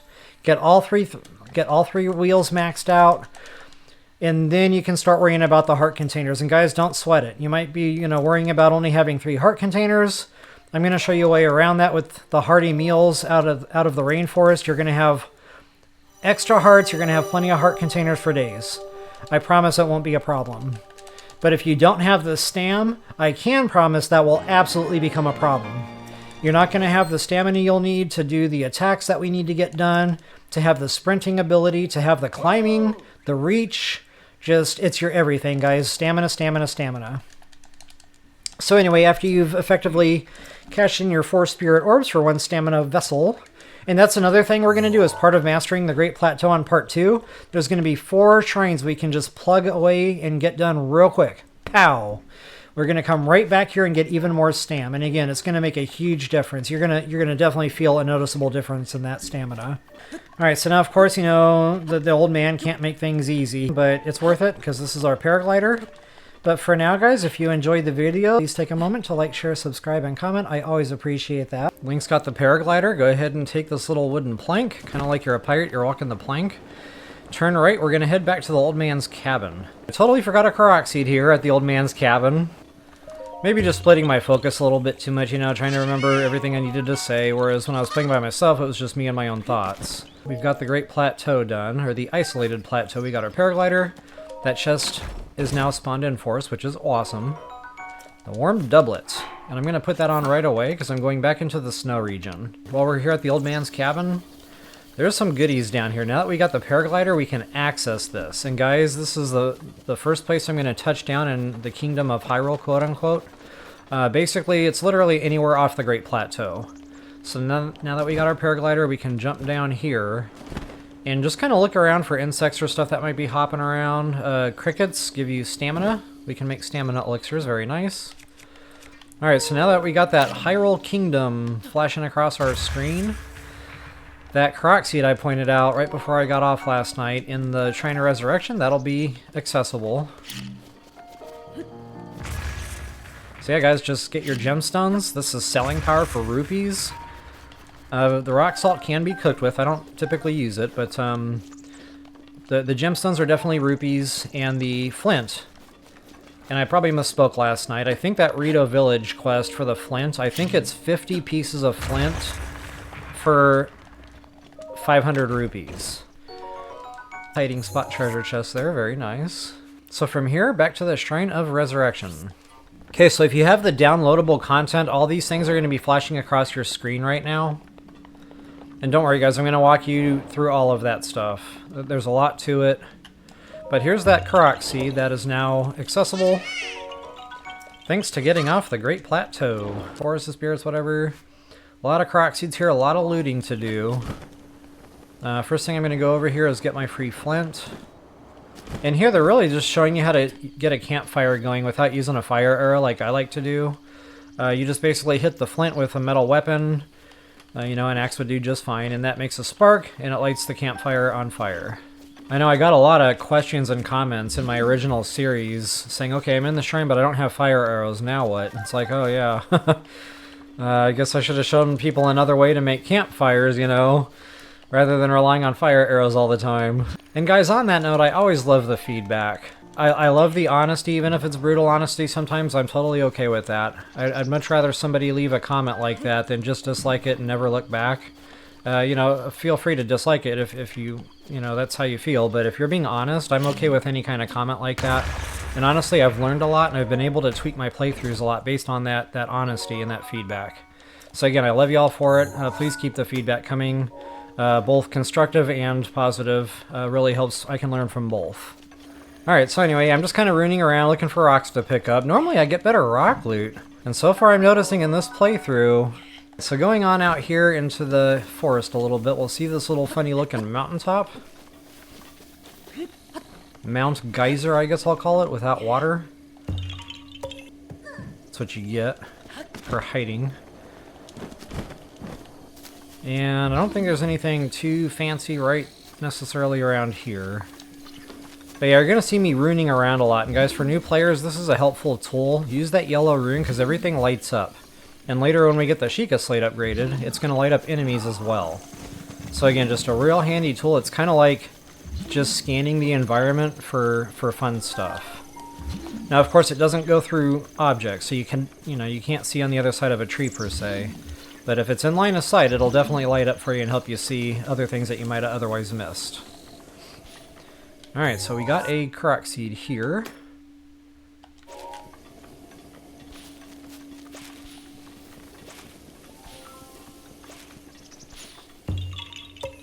What's up, Mr. Korok?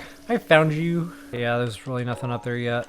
That'll come later for a DLC challenge. You know, speaking of DLCs, again, getting back to not recommending people go out and spend their money on anything.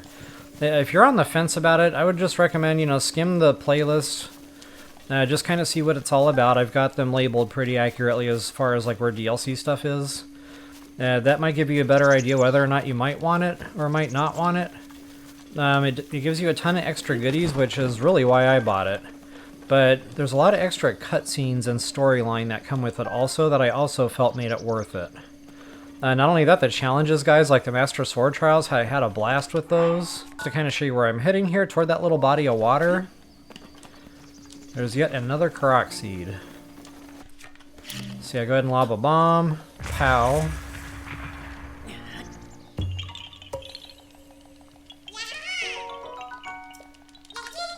I wish there was a more deliberate way to make him climb, like you had to tap a button to get the climbing going or something. Because I gotta tell you guys how many times I've latched onto items when I'm just, you know, and started climbing when I'm just trying to run for my life, or I don't know. It's not okay. Go ahead and work our way over to this little area here. There's gonna be a little bad boy nest right here where I'm facing. I guess I'm just trying to make sure I don't miss anything. Oh, he came out to say hello. I'm never gonna use that throwing spear, so I figured, why not?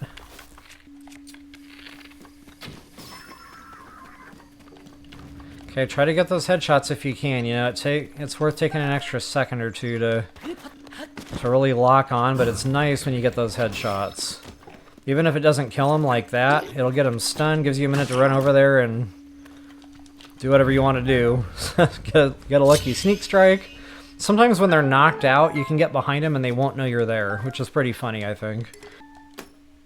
Nice. This is all for rupees, folks. All for rupees. I'm going to sell every single opal and every single amber that I've got the moment I get to Kakariko. Alright, now there is a boss-type enemy coming up. He's kind of like the little mini-boss of the Great Plateau here. And I didn't recommend, you know, worrying about him in my first playthrough, but guys, it's easier than you think. And honestly, I kind of wish I had just shown it. So I'm going to show it this time. Again, it's a lot easier than you would think, so I'm going to walk you through that if you're not big on the boss type enemies in the game. For one, it's going to start really pushing that KO stat, that hidden stat I keep talking about. And Talus's count too. Not only that, the fringe benefit is you get gemstones that you can sell off. So really, it's not just KO stat that you're pushing, it's also your rupees that you're pushing. So yeah, he's right out there just hanging out. Yeah, I'm going to kind of go off and carve out this little area because there's lootables here. There's like mushrooms. Now down here where Mr. Bossman is, there's a lot of mushrooms, but we're going to avoid that until after he's dead. Because I want to catch him by surprise. And that'll give us a minute to kind of get super close to him. And we're going to climb him. So as long as it's not raining, you can do this. Even, you know, new players can do this. I would still recommend dropping that hard save because things can go wrong, and, you know, they have. So, just, you know, keep that in mind. You know, death is part of the game. It's part of the learning experience. I always say, like, death is a learning experience. So, yes, I use death. You know, sometimes I'll put down a save, and I'll just go in there to die. I'll just stand there, run around as long as I can, you know, of course, but I'm just there to watch. I'm there to observe, and it kind of helps me get the mid-battle jitters out of the way, so to speak, you know, and then when I am actually able to go in there and try to do it, I feel like I'm a little calmer. Another thing that helps me in combat, guys, is I find the music and the sound effects can be overstimulating. Yeah, turning that volume off or muting it, it does make a difference. You know, I still drop that hard save, but then I can go in there and just kind of focus on what he's doing and watching what he's doing, and then looking for my windows, etc. So just a couple of tips there for you folks that might not like the combat so much. Rule 1, always drop that save, because there's no penalty for death. If you die, game goes back to the save, no harm, no foul. And if there's an autosave in between, then you know, when you die, you can always reload the hard save you put down. So there's no penalty for death. Now, I know that's easier said than done, because when you're in there and, you know, your heart starts racing, it's a different story, but just know, you know, there's nothing to lose, basically, is what I'm getting at. Maybe a little bit of sweat. Not gonna lie. But yeah, beyond that, not really anything to lose. I'm not gonna use an attack elixir, I'll just show you straight up. And I don't know if this is carryover, but in TOTK, you guys taught me that there was a damage bonus here on the sledgehammers against any kind of talus, and that made perfect sense. It's a sledgehammer, it's made to break rocks, why wouldn't it? But I never knew that, so I don't know if there's a damage bonus here in Breath of the Wild. I used this on my dry run, it got him killed pretty quick. But then I used it on one off the Great Plateau, and it did not kill him quick at all. So this time I'm going to use this just to kind of see what kind of damage I do. And what I like to do is just kind of run up on him, and he's going to kick you off, and that's okay, because where you fall, that's where you can climb. So yeah, just go ahead and latch on. Okay, yeah, maybe there was a damage bonus there. And he's going to throw you off at some point. Oh yeah, wow, look at that difference, guys. Okay, so that's what I was doing wrong. Some of the other gemstones got in the way, and you could see it barely did any damage there. Uh-oh. So anyway, these are dodgeable. Just like you almost saw me do. I almost got hung up on that rock there. But, ouch. But the damage is super minimal, half a heart. So again, it's not catastrophic. What makes it worse is, you know, all the music is pumping. And it's just kind of a scary fight, you know? But yeah, again, you can do this.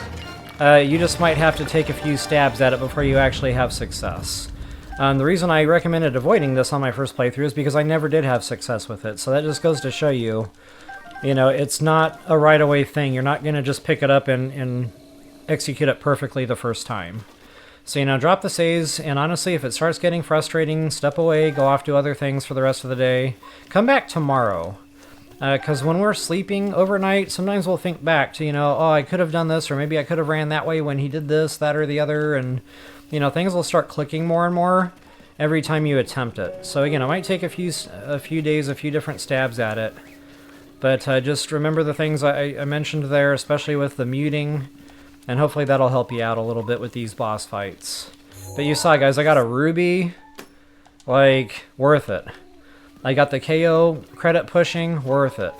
So yeah, it's worth a shot is what I'm getting at. Even if you don't have success, it's still a learning experience. And then yeah, these taluses, they're all over Hyrule. Like, everywhere. And that's just gemstones and KO credit for the taking, if you can figure out how to get them killed. Alright guys, some more fireflies, and again, you know, I'm trying to think of time and brevity here. I think I need at least 15, maybe even more, because there's a side quest in Kakariko we need these. See, I guess after I get my stealth suit, I'll be seeing them, and I'll just get them that way. Because right now it just takes too doggone long, you know, walking super slow. Okay, we come to our next bad boy nest here, and guys, we're going to need these. The reason I keep, you know, frantically looking around for these glowing blue nightshade things is because when we get our suit, super suit, oh nuts. Really? When we get our super suit out of Kakariko, we're going to need those materials for the upgrading. I just couldn't help myself, guys, they were glowing. Pretty much anything that you can get on the Great Plateau, get it while the getting is good.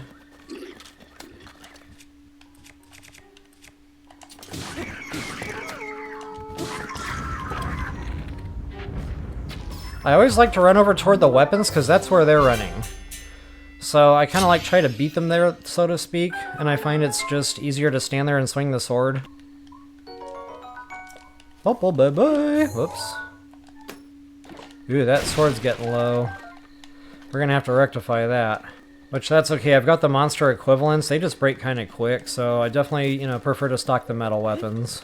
TOTK, it's like backwards. All the metal stuff breaks fast and the wooden stuff lasts forever.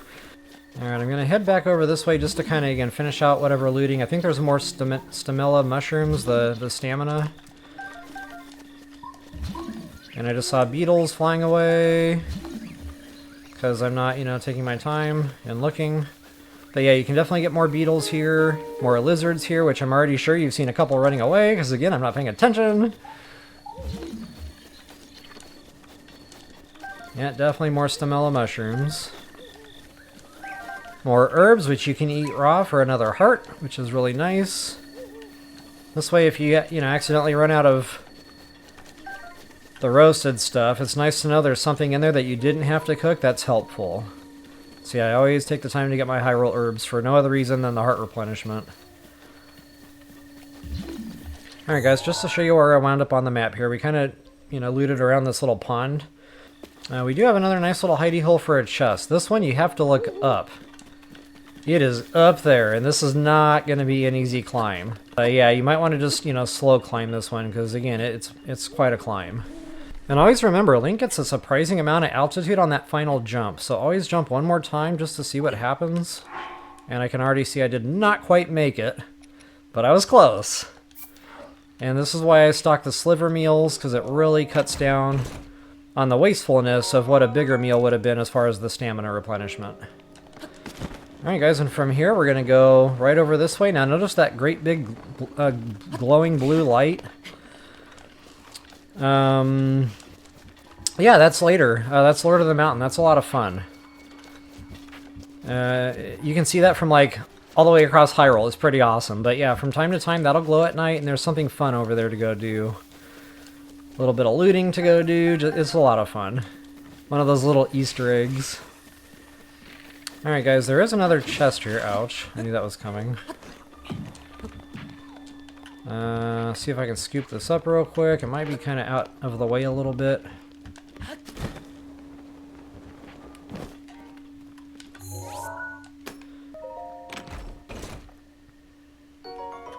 I have got to get more on the ball with my stamps. Now, there is a shrine nearby. We're going to go get that. I mentioned there were these little, like, spokes that we could follow right off the Great Plateau to help us kind of get ourselves better going here. And Spirit Orbs, aka Stamina Vessels, is part of that. Come on, baby. Come on, baby. Come on, baby. Come on, baby. I cannot wait to get my Sheikah Slate upgraded so those bombs recharge faster. Okay, we got some apple trees. And again, guys, everything sells. You got 100 apples, you got a gold rupee, my friend.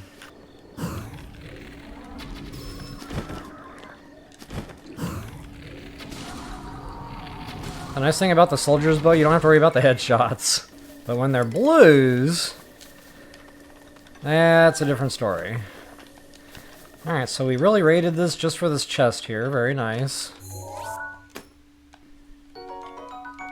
Alright, I mentioned a Karak seed on a ledge. We're going to go ahead and get that now, because we're going to be in good position for it. It's a little bit of a climb to kind of get up there, but it's manageable.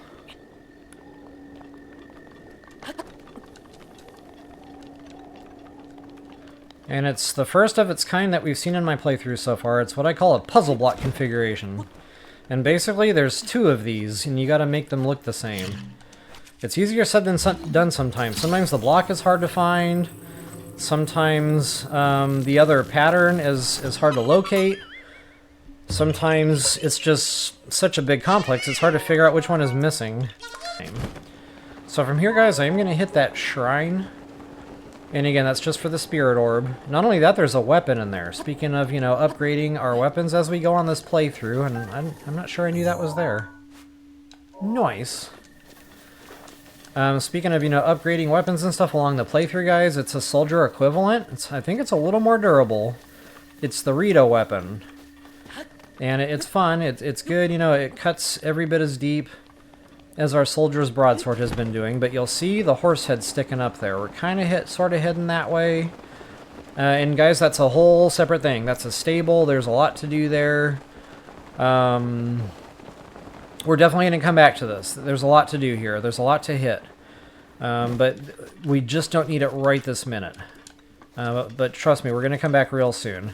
Now, I'm not going to be in a great big hurry this time to beat the Blood Moon out to the rainforest. I'm going to take my time more. I'm going to make sure we're better prepared. I'm going to make sure we have a little bit more inventory this time. So, you know, I'm not sweating the Blood Moon on this playthrough. There's going to be another Blood Moon following that one pretty quickly. So, you know, I'm going to get my Blood Moon cooking done anyway. Those weapons are going to regen after the Blood Moon anyway. The Royal weapons, specifically what I'm talking about, off the Hinox and off some Lizzles. Lots of Royal weapons out there. But again, every Blood Moon, those regen. So regardless of which Blood Moon I make it out there for, it's all good in the neighborhood. Alright guys, so welcome to the shrine. First things first, I like to save on my arrows and my bow durability. I like to use bombs whenever possible, so go ahead and activate that switch however you'd like. Bow and arrow works just fine. Go ahead and put this orb out of the way. We're going to need that here in just a moment, but for now, notice this little pathway has opened up for our access. Go ahead and scoop up this chest. We're going to need that. And then that weapon I was just talking about.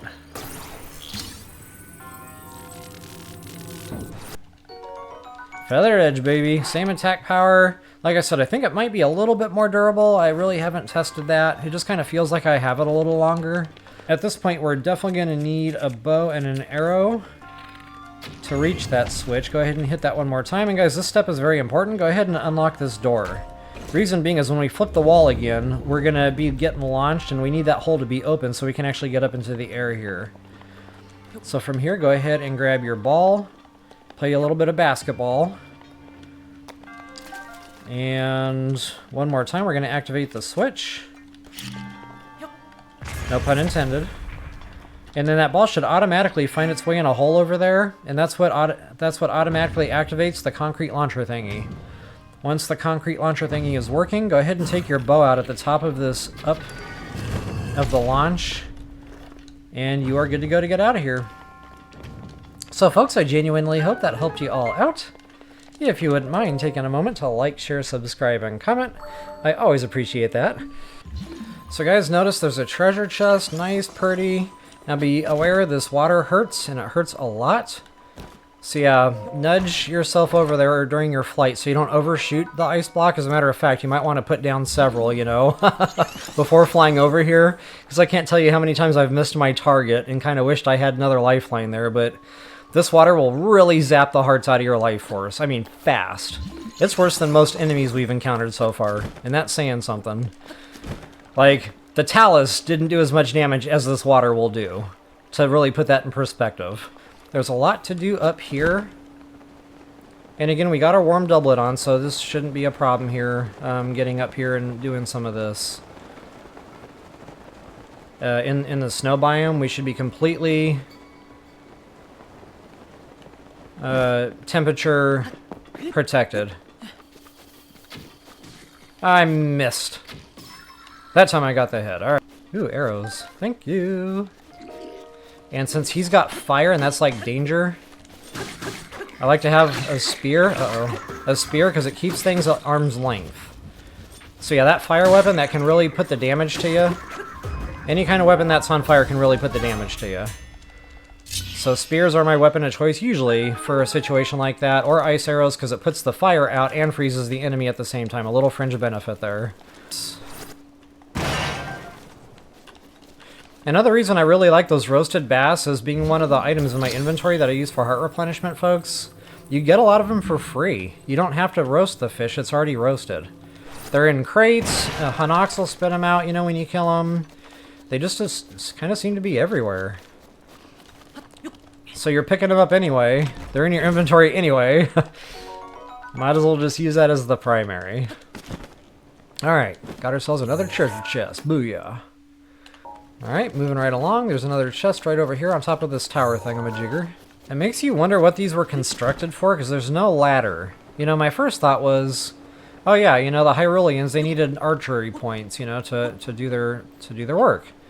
Then I was like, wait, how did they get up there? Alright, got your arrows.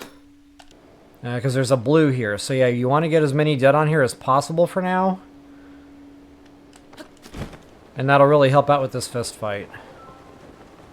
Now if you can be quiet, you might get away with getting on top of this tree. As long as you land and you don't move, and the archer doesn't see you. And then once he's dead, they're all gonna kind of walk over there with question marks, see what's going on. It's kind of funny. And then from here you can just kind of pluck off the reds. And then the blue... Uh-oh, where'd the blue go? Where did it go? Alright, he's down there. Well, while we got high ground, we might as well get our chests.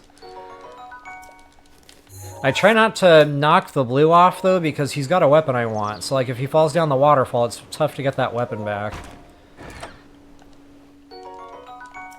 Okay, now if you didn't fly to this like I did, there's another way up here. You can shoot the ropes out with bow and arrow, and this platform will fall down and create a ramp. Where you at, Poppy? Pow! I didn't get the sneak strike. That's okay.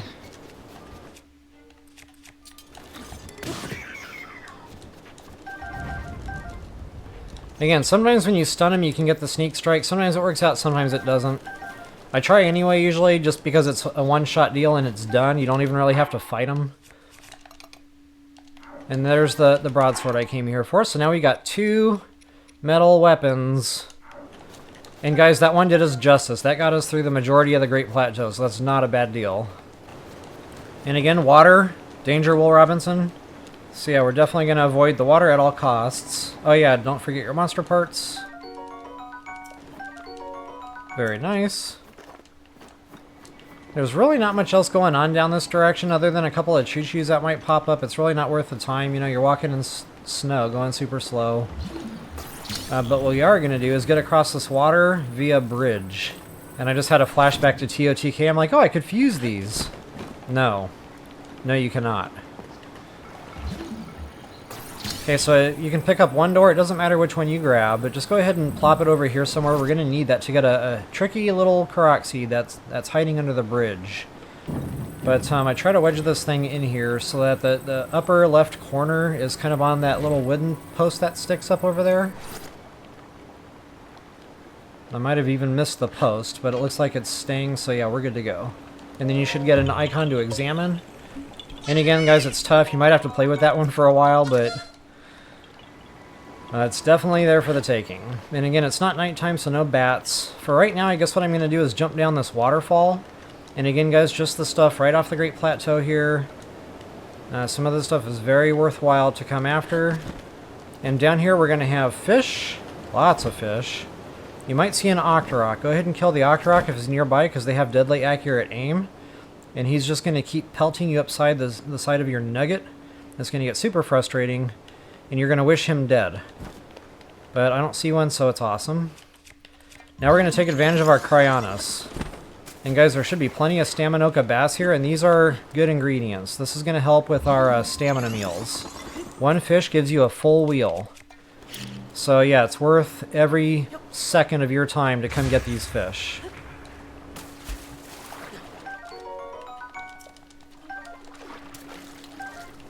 And they're here. You know, you might not see them right away, but they're around here somewhere. Just kind of look around the lake a little bit. Okay, because I see more stuff jumping around.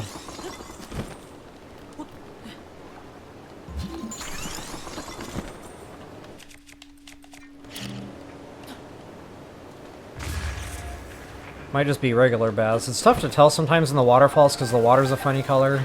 Now this is another configuration we haven't quite seen yet. I'll walk you through this if you're new to the game. So basically you got to play basketball, but it's too far away for us to actually pitch the rock in there. So we need like an object to help give it a boost, so to speak. So then from here you can just toss the rock basically on top of that thing and it should fall right in the hole. Because you saw how perfectly that worked the first time. But eventually you'll get the rock in the hole. I wouldn't venture out too far just yet. There is a shrine down here, but honestly that's a combat shrine. And I'm going to wait until we get good attack power meals before we attempt that. Not only that, we're going to get a guardian weapon before we attempt that. He's going to die very quickly. Also, you might see some darners and some crickets here. Darners is for cold weather protection. So yeah, we're going to need these for good strong elixirs in conjunction with the butterflies. And then the crickets, guys, that's stamina. So, you know, you have to walk around painfully, slowly to collect this stuff. But it is here on this little edge. I do recommend you take the time to do that also. Alright guys, Cryonis Trial, I'm telling you, we're going to be here a minute. This shrine is going to be the launch point for several areas. Okay, you might have noticed this ice block sitting here. That is, in fact, a Korok seed. I'll help speed this up a bit. Come on, baby. Come on, baby. Come on, baby.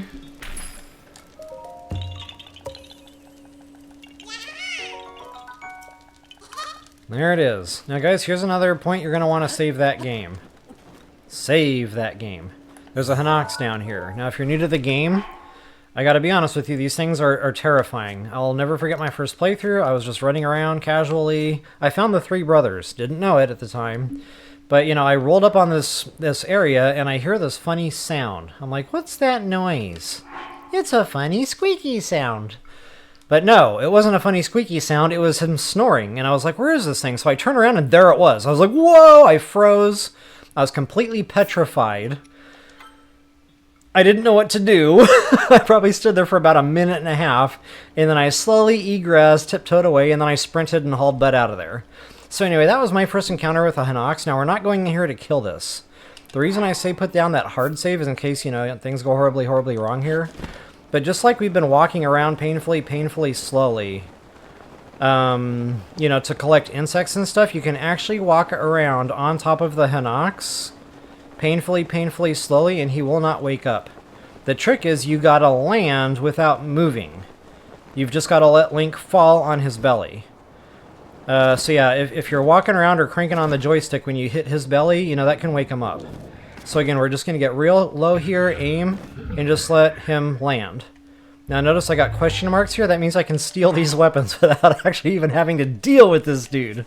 So for you new players out there who just might want some, you know, real good strong weaponry without the fear of death and battle and all the fun stuff that comes along with all those things, this is definitely the way to go.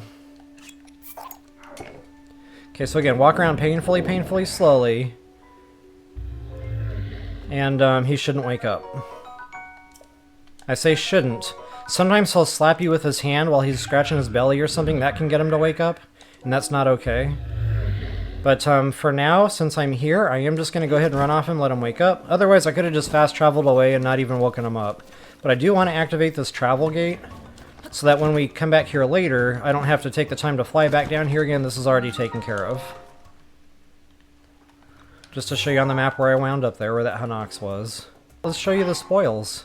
There it is, guys. Knight's level weapon. Booyah, baby! Like, at this point in the game, this thing is absolutely enormous. You're just going to be able to cut through pretty much whatever's in your way, you know, early game, and it's going to be a beautiful weapon. So, I mean, it's 10 more than what we've been using. You really can't beat that. Alright, guys, from there, I'm going to once again kind of jump off the Great Plateau for some fun stuff. And this time we're going to turn left. And we're looking for a Korok seed.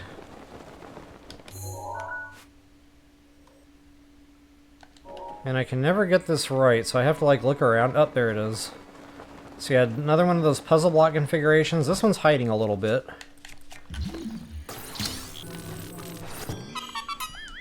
And from here I'm actually going to keep on going. Just keep swimming. And we're going to wind up kind of around the Great Plateau to the southwestern corner, so to speak. And there's reasons for that. There's a lot here that we can just kind of grab and go. And one of those things is another Korok seed, but also swift violets. That is a good thing to start getting a head start on for suit upgrades later on. There should be a couple here if I'm not mistaken.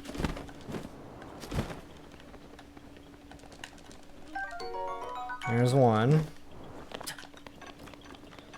The other one's going to be right here where this Korok seed is. That's another configuration we have not yet seen in the playthrough.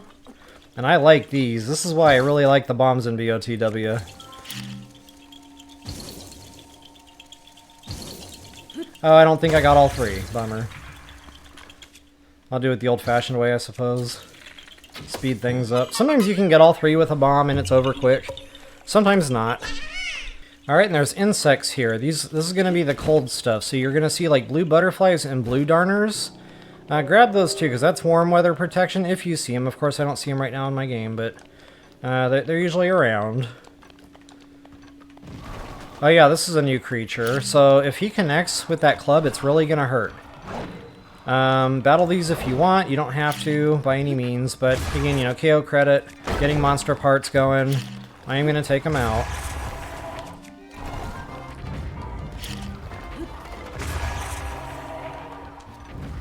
And these cook up just like all the other elixirs, you know, the fang is the tooth, that's the B grade, the horn is the C grade.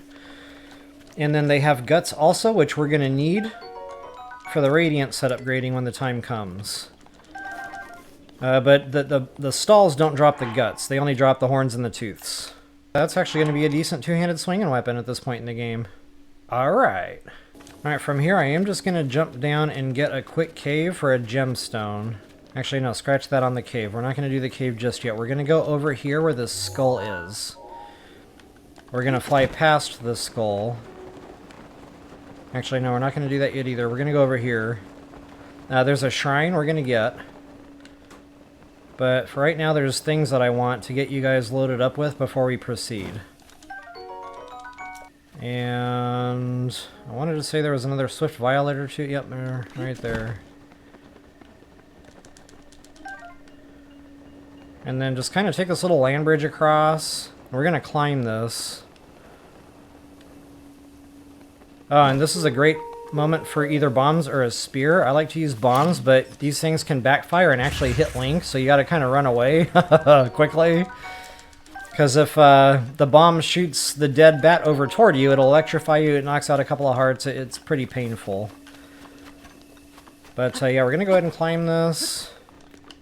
Alright, so yet another Korok seed. You're going to see these throughout Hyrule. Put the ball in the hole, just like Happy Gilmore. Send him home, Happy. Send him home. Alright, and the wolves, guys. Now, you don't have to use bombs. You have to hit them twice with bombs to actually kill them. But they're worth the time to kill because they drop better meat. I'm looking for raw gourmet meat in particular, which you can sell to Trot at that stable I just got us near with that one shrine. For 100 rupees apiece, which is awesome. That's a lot of, you know, that's a lot of rupee power, especially early game. So yeah, another thing I like about this little area down here is the wolves. For nothing other than the meat. The raw gourmet meat. Alright. So this is where another treasure chest is going to be with another real good weapon.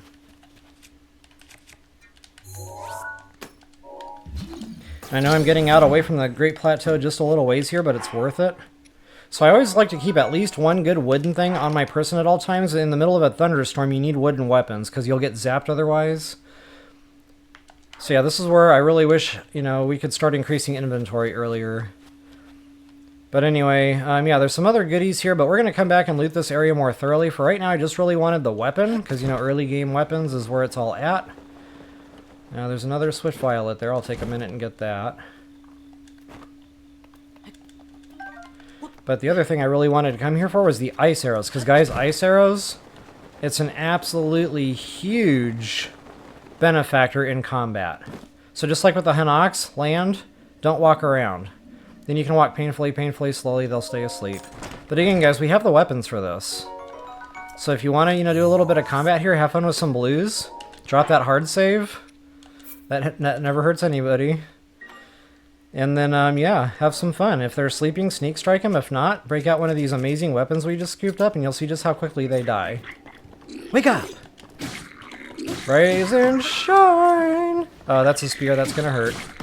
So yeah, we just need to hurry up and, you know, go in, swing, and get him killed as quickly as possible.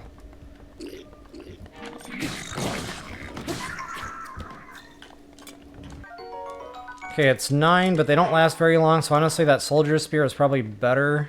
But one thing I like about this little spot is the crate loot.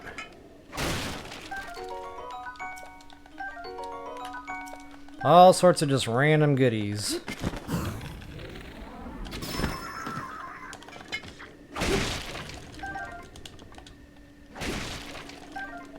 That's a bow we haven't seen yet. It's got better attack power than, say, a traveler's bow, but they break awful quick. But it is basically the monster equivalent of a soldier's bow. And there are some more goodies around here. I'm really starting to get shiny rock. Again, I want to come back through here and loot more thoroughly. When we go to Gerudo, that's going to come real soon, guys. For right now, I just want to hit this shrine. It was really about the weapon, the ice arrows, and the shrine that I came here for initially. So I'm going to try to stick to that. Not only that, this bad boy nest, it's a doozy. There's blacks in there. We haven't seen blacks yet in this game. But it's like the blue bobkin, only tankier, and they hurt a lot more. So I'm going to show you guys how to deal with that kind of stuff here, you know, when we come back through here. But we'll be ready for that, guys. We'll have better armor. We'll have better weapons. We'll have attack power. Oh, hardy lizard! I tried to walk slow. Come back!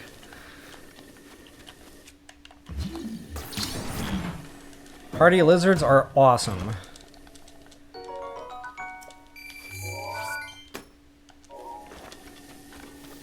You can make hardy elixirs with those. I really wished I was able to get that.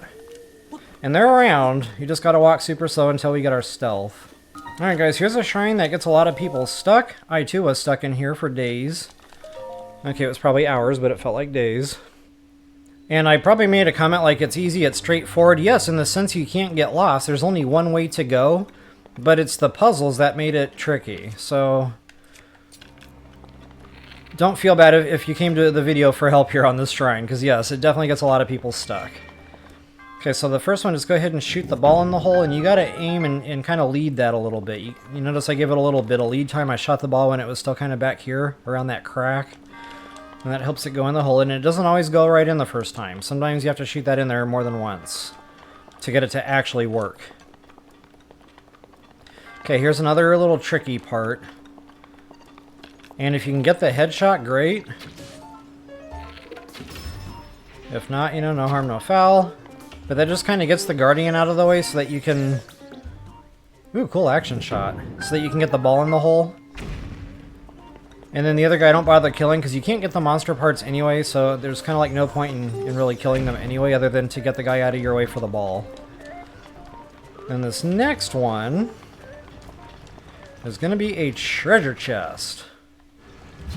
Go ahead and ready your Magnesis before you get on the moving part.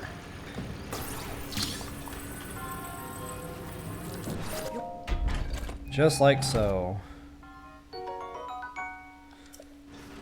Alright guys, this gets a little bit tricky. The moving platform is not your friend. So what we're going to have to do is just kind of wait for a block or blocks to come out. And Link is going to walk just slightly faster than the blocks are moving, so that also throws this whole thing off.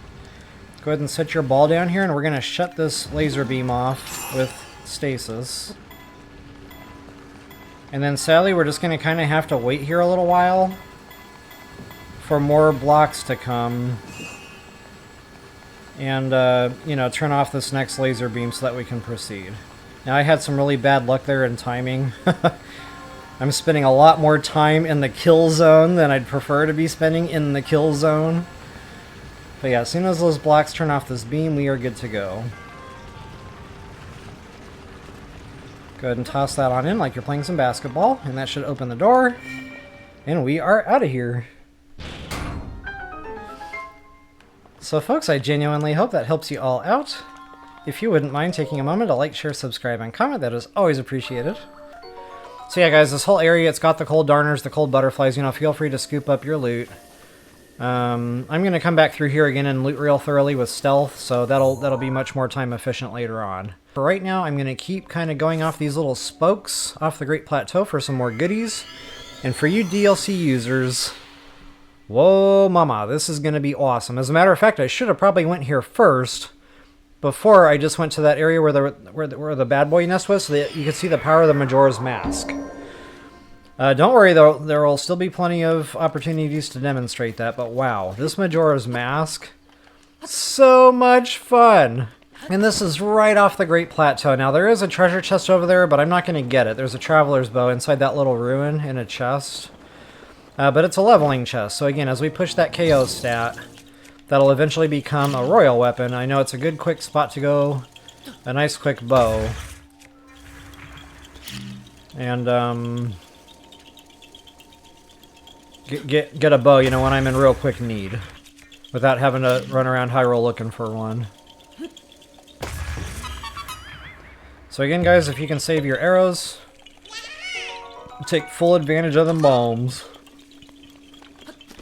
And then right below, more goodies.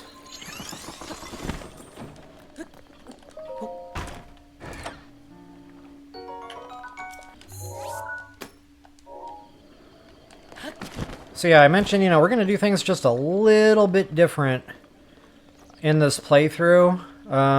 Part of that is I missed some things that I probably should have taken the time to get while I was here, you know, on the first run. So we're going to kind of side skirt this lake just a little bit. Last time I just kind of went right for it. That's where Majora's Mask is, right over there. Just to show you a good map reference for that. But, again, I'm going to sidestep that just for a quick second. There's some stuff to do over here. Some farming, some looting, some mushrooms, some apples, but that's not the big part of it. What I'm really looking for is another Korok seed, and to point out that there's this little funny formation that juts up through the trees here. And you might want to make mental note of that, because later on there's like a quest where we have to find the memories. And one of the memories is right by that rock. But again, yeah, just it's mostly for the lootables that are in here. Mostly apples, and then of course the Korok seed, if I can figure out where he is. And it shouldn't be super easy to get lost here, because the Great Plateau is right there, the lake is right there. Those are two real big landmarkers to kind of keep you on track as to, you know, getting lost. And here is good friend Korok, without a rock to put on top of his head to punish him for his insolence. The horses, yeah, we're going to get to that, guys. Horse catching, it's coming. It's coming soon. Now, these moblins, they hurt. They hurt bad.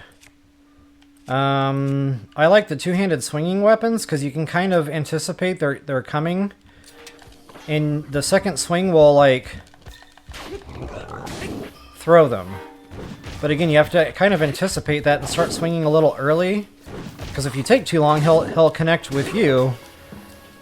And then it won't be fun anymore. It'll be deadly. So yeah, you know, just kind of take your time with these guys. If there's only one at a time, they're not terrible, but if there's two or three, you can start feeling like you're getting swamped pretty quickly. And the reds will not drop the guts. Only blues or higher will drop the guts. So really, there probably wasn't much point in killing him after all. His weapon was garbage. But yeah, again, I really just came over there for the Korok seed. And now we're going to kind of head back toward that lake. But I'm going to go to the left. And again, guys, you don't have to do this. Especially new players, you might want to forego this. But for you veterans out there, I kind of feel like we need to hit this stone talus. And I'm going to show you guys kind of another way to do it. Pretty much the same way I did it on the Great Plateau, you know, I just wait until he gives me an opportunity to climb him. Now, if it's raining, it's going to be a problem. So if it's raining, we cannot necessarily get away with this because it's tough to climb him in the rain. Okay, another reason I came over here was for a handy-dandy treasure chest. Notebook, notebook. And it's like right out here in the water somewhere. Gimme, gimme, gimme. Not only this treasure chest, but there's actually another Karoxide here, believe it or not. So yeah, just a lot of good reasons to come here. Not only that, the fishing, guys. You can spend some time in this lake doing some fishing. You're going to find a fish we haven't seen yet, hardy bass. And, you know, that's heart replenishment, so that's another reason I really wished I had found, or I had gotten my hands on that hardy lizard. I could have made a pretty cool heart elixir with a fish and that lizard. Alright guys, when we got another configuration we have not yet seen, but bombs still work as long as they're low enough and within the reach of the bomb.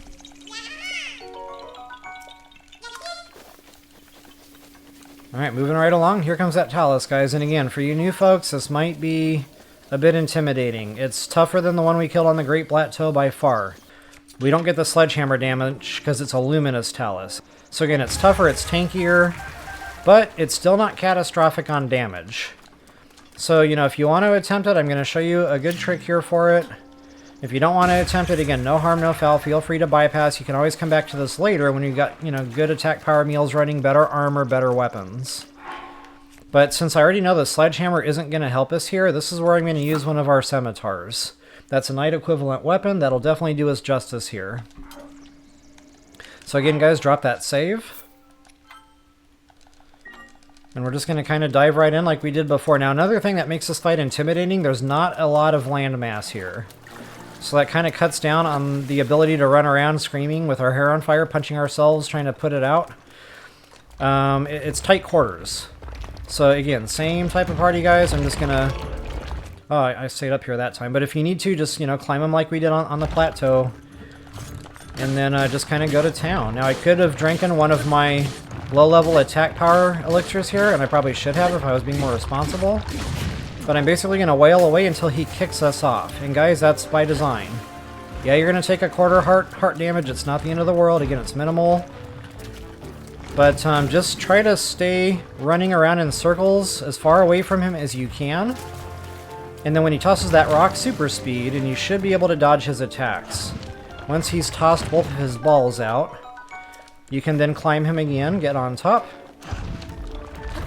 Uh-oh. Did I miss my window? I missed my window, because I'm a genius.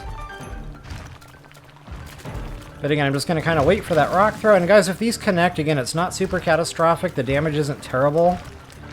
So this is why I recommend just give it a try.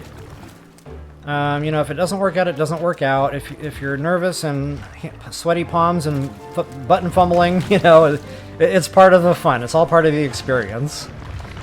So anyway, I'm going to pay a little attention now here and get on top of this dude and hopefully finish this fight. Worth it! Yeah, I broke my scimitar, but worth it. So all in all, it's manageable, but again, for you new players, you're going to have to give that more than one go, most likely. Again, you know, getting back to Hinox and there being a lot of death. There was a lot of death with taluses too. You know, don't underestimate the power of the talus. It took me a while to figure out you could actually climb him, first of all. Once I figured that out, then I was having trouble, like, getting myself put back together after he threw me off. He just kept clobbering me. And that's when I learned you have to kind of give him a little bit of space and a little bit of distance to, you know, get yourself set back up a little better. Alright guys, here's yet another Karoxide, and take a look around for some more fish. And I'm still not seeing the hardy bass, which is super sad. But I'm going to keep an eye out. And yeah, I'm just going to go ahead and go for Majora's Mask, I suppose, and just kind of get a move on. Another great thing about bombs in BOTW is you can clear these leaves without wrecking weapons. And that is awesome. That's what you get. Punishment dished. Alright guys, here is that DLC treasure chest, and I'm going to go ahead and mark that with a star because it's one of the rare items. Whoops. So again, I don't want to make the non-DLC users feel like they're being left out, so I'm not really going to play with this. But for you DLC users, it is a very nice thing to have. And I'm just going to demonstrate it one time so you guys can see the power of the Majora's Mask. And now normally I'll leave this thing on. Like, this stays on through a good portion of my gameplay moving forward. So I'll show it. And then, you know, I'll just kind of play the game without it moving forward. So here it is, guys, the power of the mask. Now, the only caveat to this is during the night, if a stall monster... Well, I think it actually protects against stall monsters. But bats and certain creatures will not be affected by Majora's Mask. So once these other creatures get involved, I think it's primarily the bats. Maybe the stall monsters too, honestly, I can't remember. But whatever it is, if they aggro on Link, then they kind of like tattle on you, and then all the Bobkins are aware you're an enemy, and then they'll start attacking you.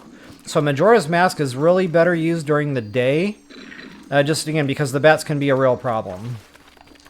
So you can just kind of walk right into a bad boy nest, do whatever you want, loot whatever you want, whoops, steal whatever weapons you want, steal whatever chest loot you want. And you don't even have to deal with him. Now, of course, I'm going to kill him because I'm me and I just, you know, it wouldn't be fun otherwise. But, yeah, the power of the two-handed swinging weapon. Now that I can just kind of sucker punch all of them, I can stand here and just kill them all without any, without any real work. You know, I just kind of hold down that Y button and go to town. Alright, guys, so I've had my fun. I will go ahead and remove Majora's Mask. Just really wanted to demonstrate that for the folks that did spend the extra money. This is definitely a nice benefactor to your early gameplay. Right in the crack. Now, buyer beware, if you miss, or for whatever the reason, that didn't smash, sometimes they'll bounce off and hit these bomb barrels, and that does about a heart and a half worth of damage. I can neither confirm nor deny whether or not I've ever had that happen to me personally. I just kind of want to get back to the plateau here and really finish out the snow biome. But these bats are important because the ice bat wings are needed for the jumpsuit, aka the climbing gear. And, you know, they're tough to come by when you really need them, so I just like to stay ahead of the game and collect them as I go, and here is a good place to do that. But again, it has to be night. And it looks like I got lucky here. And same type of thing with the electric bats that I warned you about. See, I did that on purpose. Totally on purpose. Because I wanted to demonstrate what would happen, you know, if you detonated the bomb too soon and the bat hit you, that you just blew up. So if that was an electric bat, I would have gone, you know, probably dropped my weapons and then taken a lot of heart damage. The ice bats do it to you, but it's not a ton of damage. The bad thing about that is they freeze you, so then you're vulnerable to other attacks. You're just kind of sitting there until you can break free. So yeah, just kind of wanted to show that. The bombs are great because they save your weapons, but you do take that risk that it's going to come back and get you. Bad karma. And that's always fun, by the way, kicking the skulls into the water. I love the graphic Link does when he lifts his leg. Pretty awesome. Alright, where are my choo-choos? There we go. Yeah, this is another thing you're going to need for suit upgrades. Might as well scoop them up while they're easy. And here on the Great Plateau, it is easy. And again, guys, just a helpful tip for helping you keep moving a little bit faster. Try to find the rock surface, and you can sprint on that a lot quicker than the snow. Excuse me, the snow. It's already hiccup o'clock, and it's not even nighttime yet.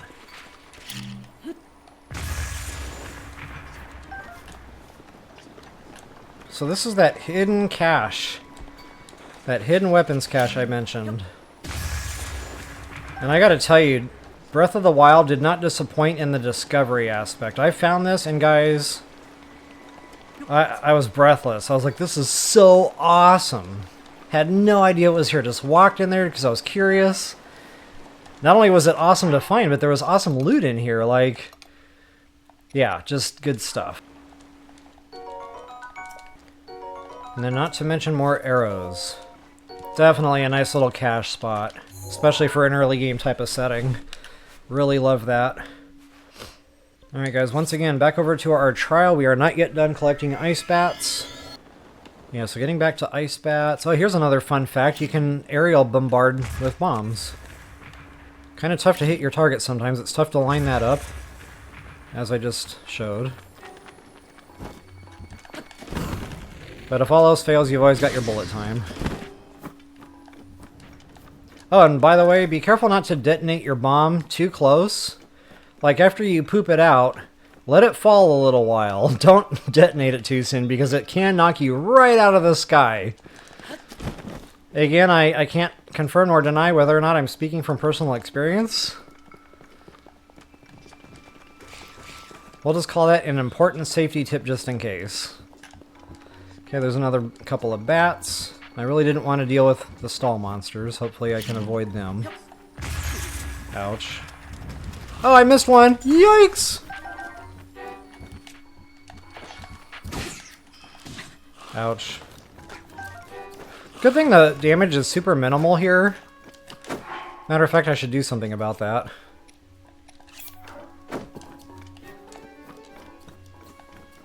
And there should be more bats around here. There's a bat in my belfry.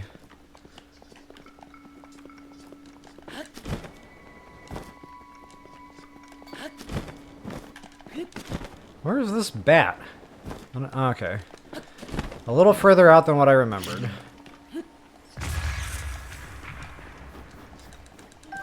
Alright, we did pretty good there. Got 7. So not a bad little raid. And guys, you can come back here after Blood Moon, and those bats will respawn. So you can kind of run that real quick route again, you know, if you're in need, and get even more frozen bat wings. And I'll just go ahead and get that seed unit so we can call it complete. And hopefully my image being in the picture doesn't get in the way too much. I do want to show this real quick. The bats. You can use bombs and keep the bombs between you and the bats. And when they dive down... Oh, he picked it up. When they dive down to come get you, you can detonate your ordnance and get several bats. So that's one way to do it without using weapons. Otherwise, you can just, you know, take out your bow and arrow and lob a bomb arrow at those things, and it kills quite a few bats. You get quite a few mats doing that. So yeah, it's a nice little thing to do, is whenever you see the pile of bats. Not only that, it makes them go away, so they're not harassing you anymore. But yeah, you're going to start seeing the bats more regularly like that throughout Hyrule during the night. Okay, guys, and here's definitely that other Korok seed.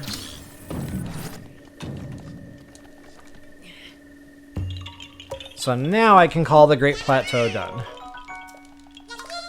Ugh. I want to get this hard drop saved because this is where we're going to leave off. And guys, when I come back on later this evening, we're going to go that way.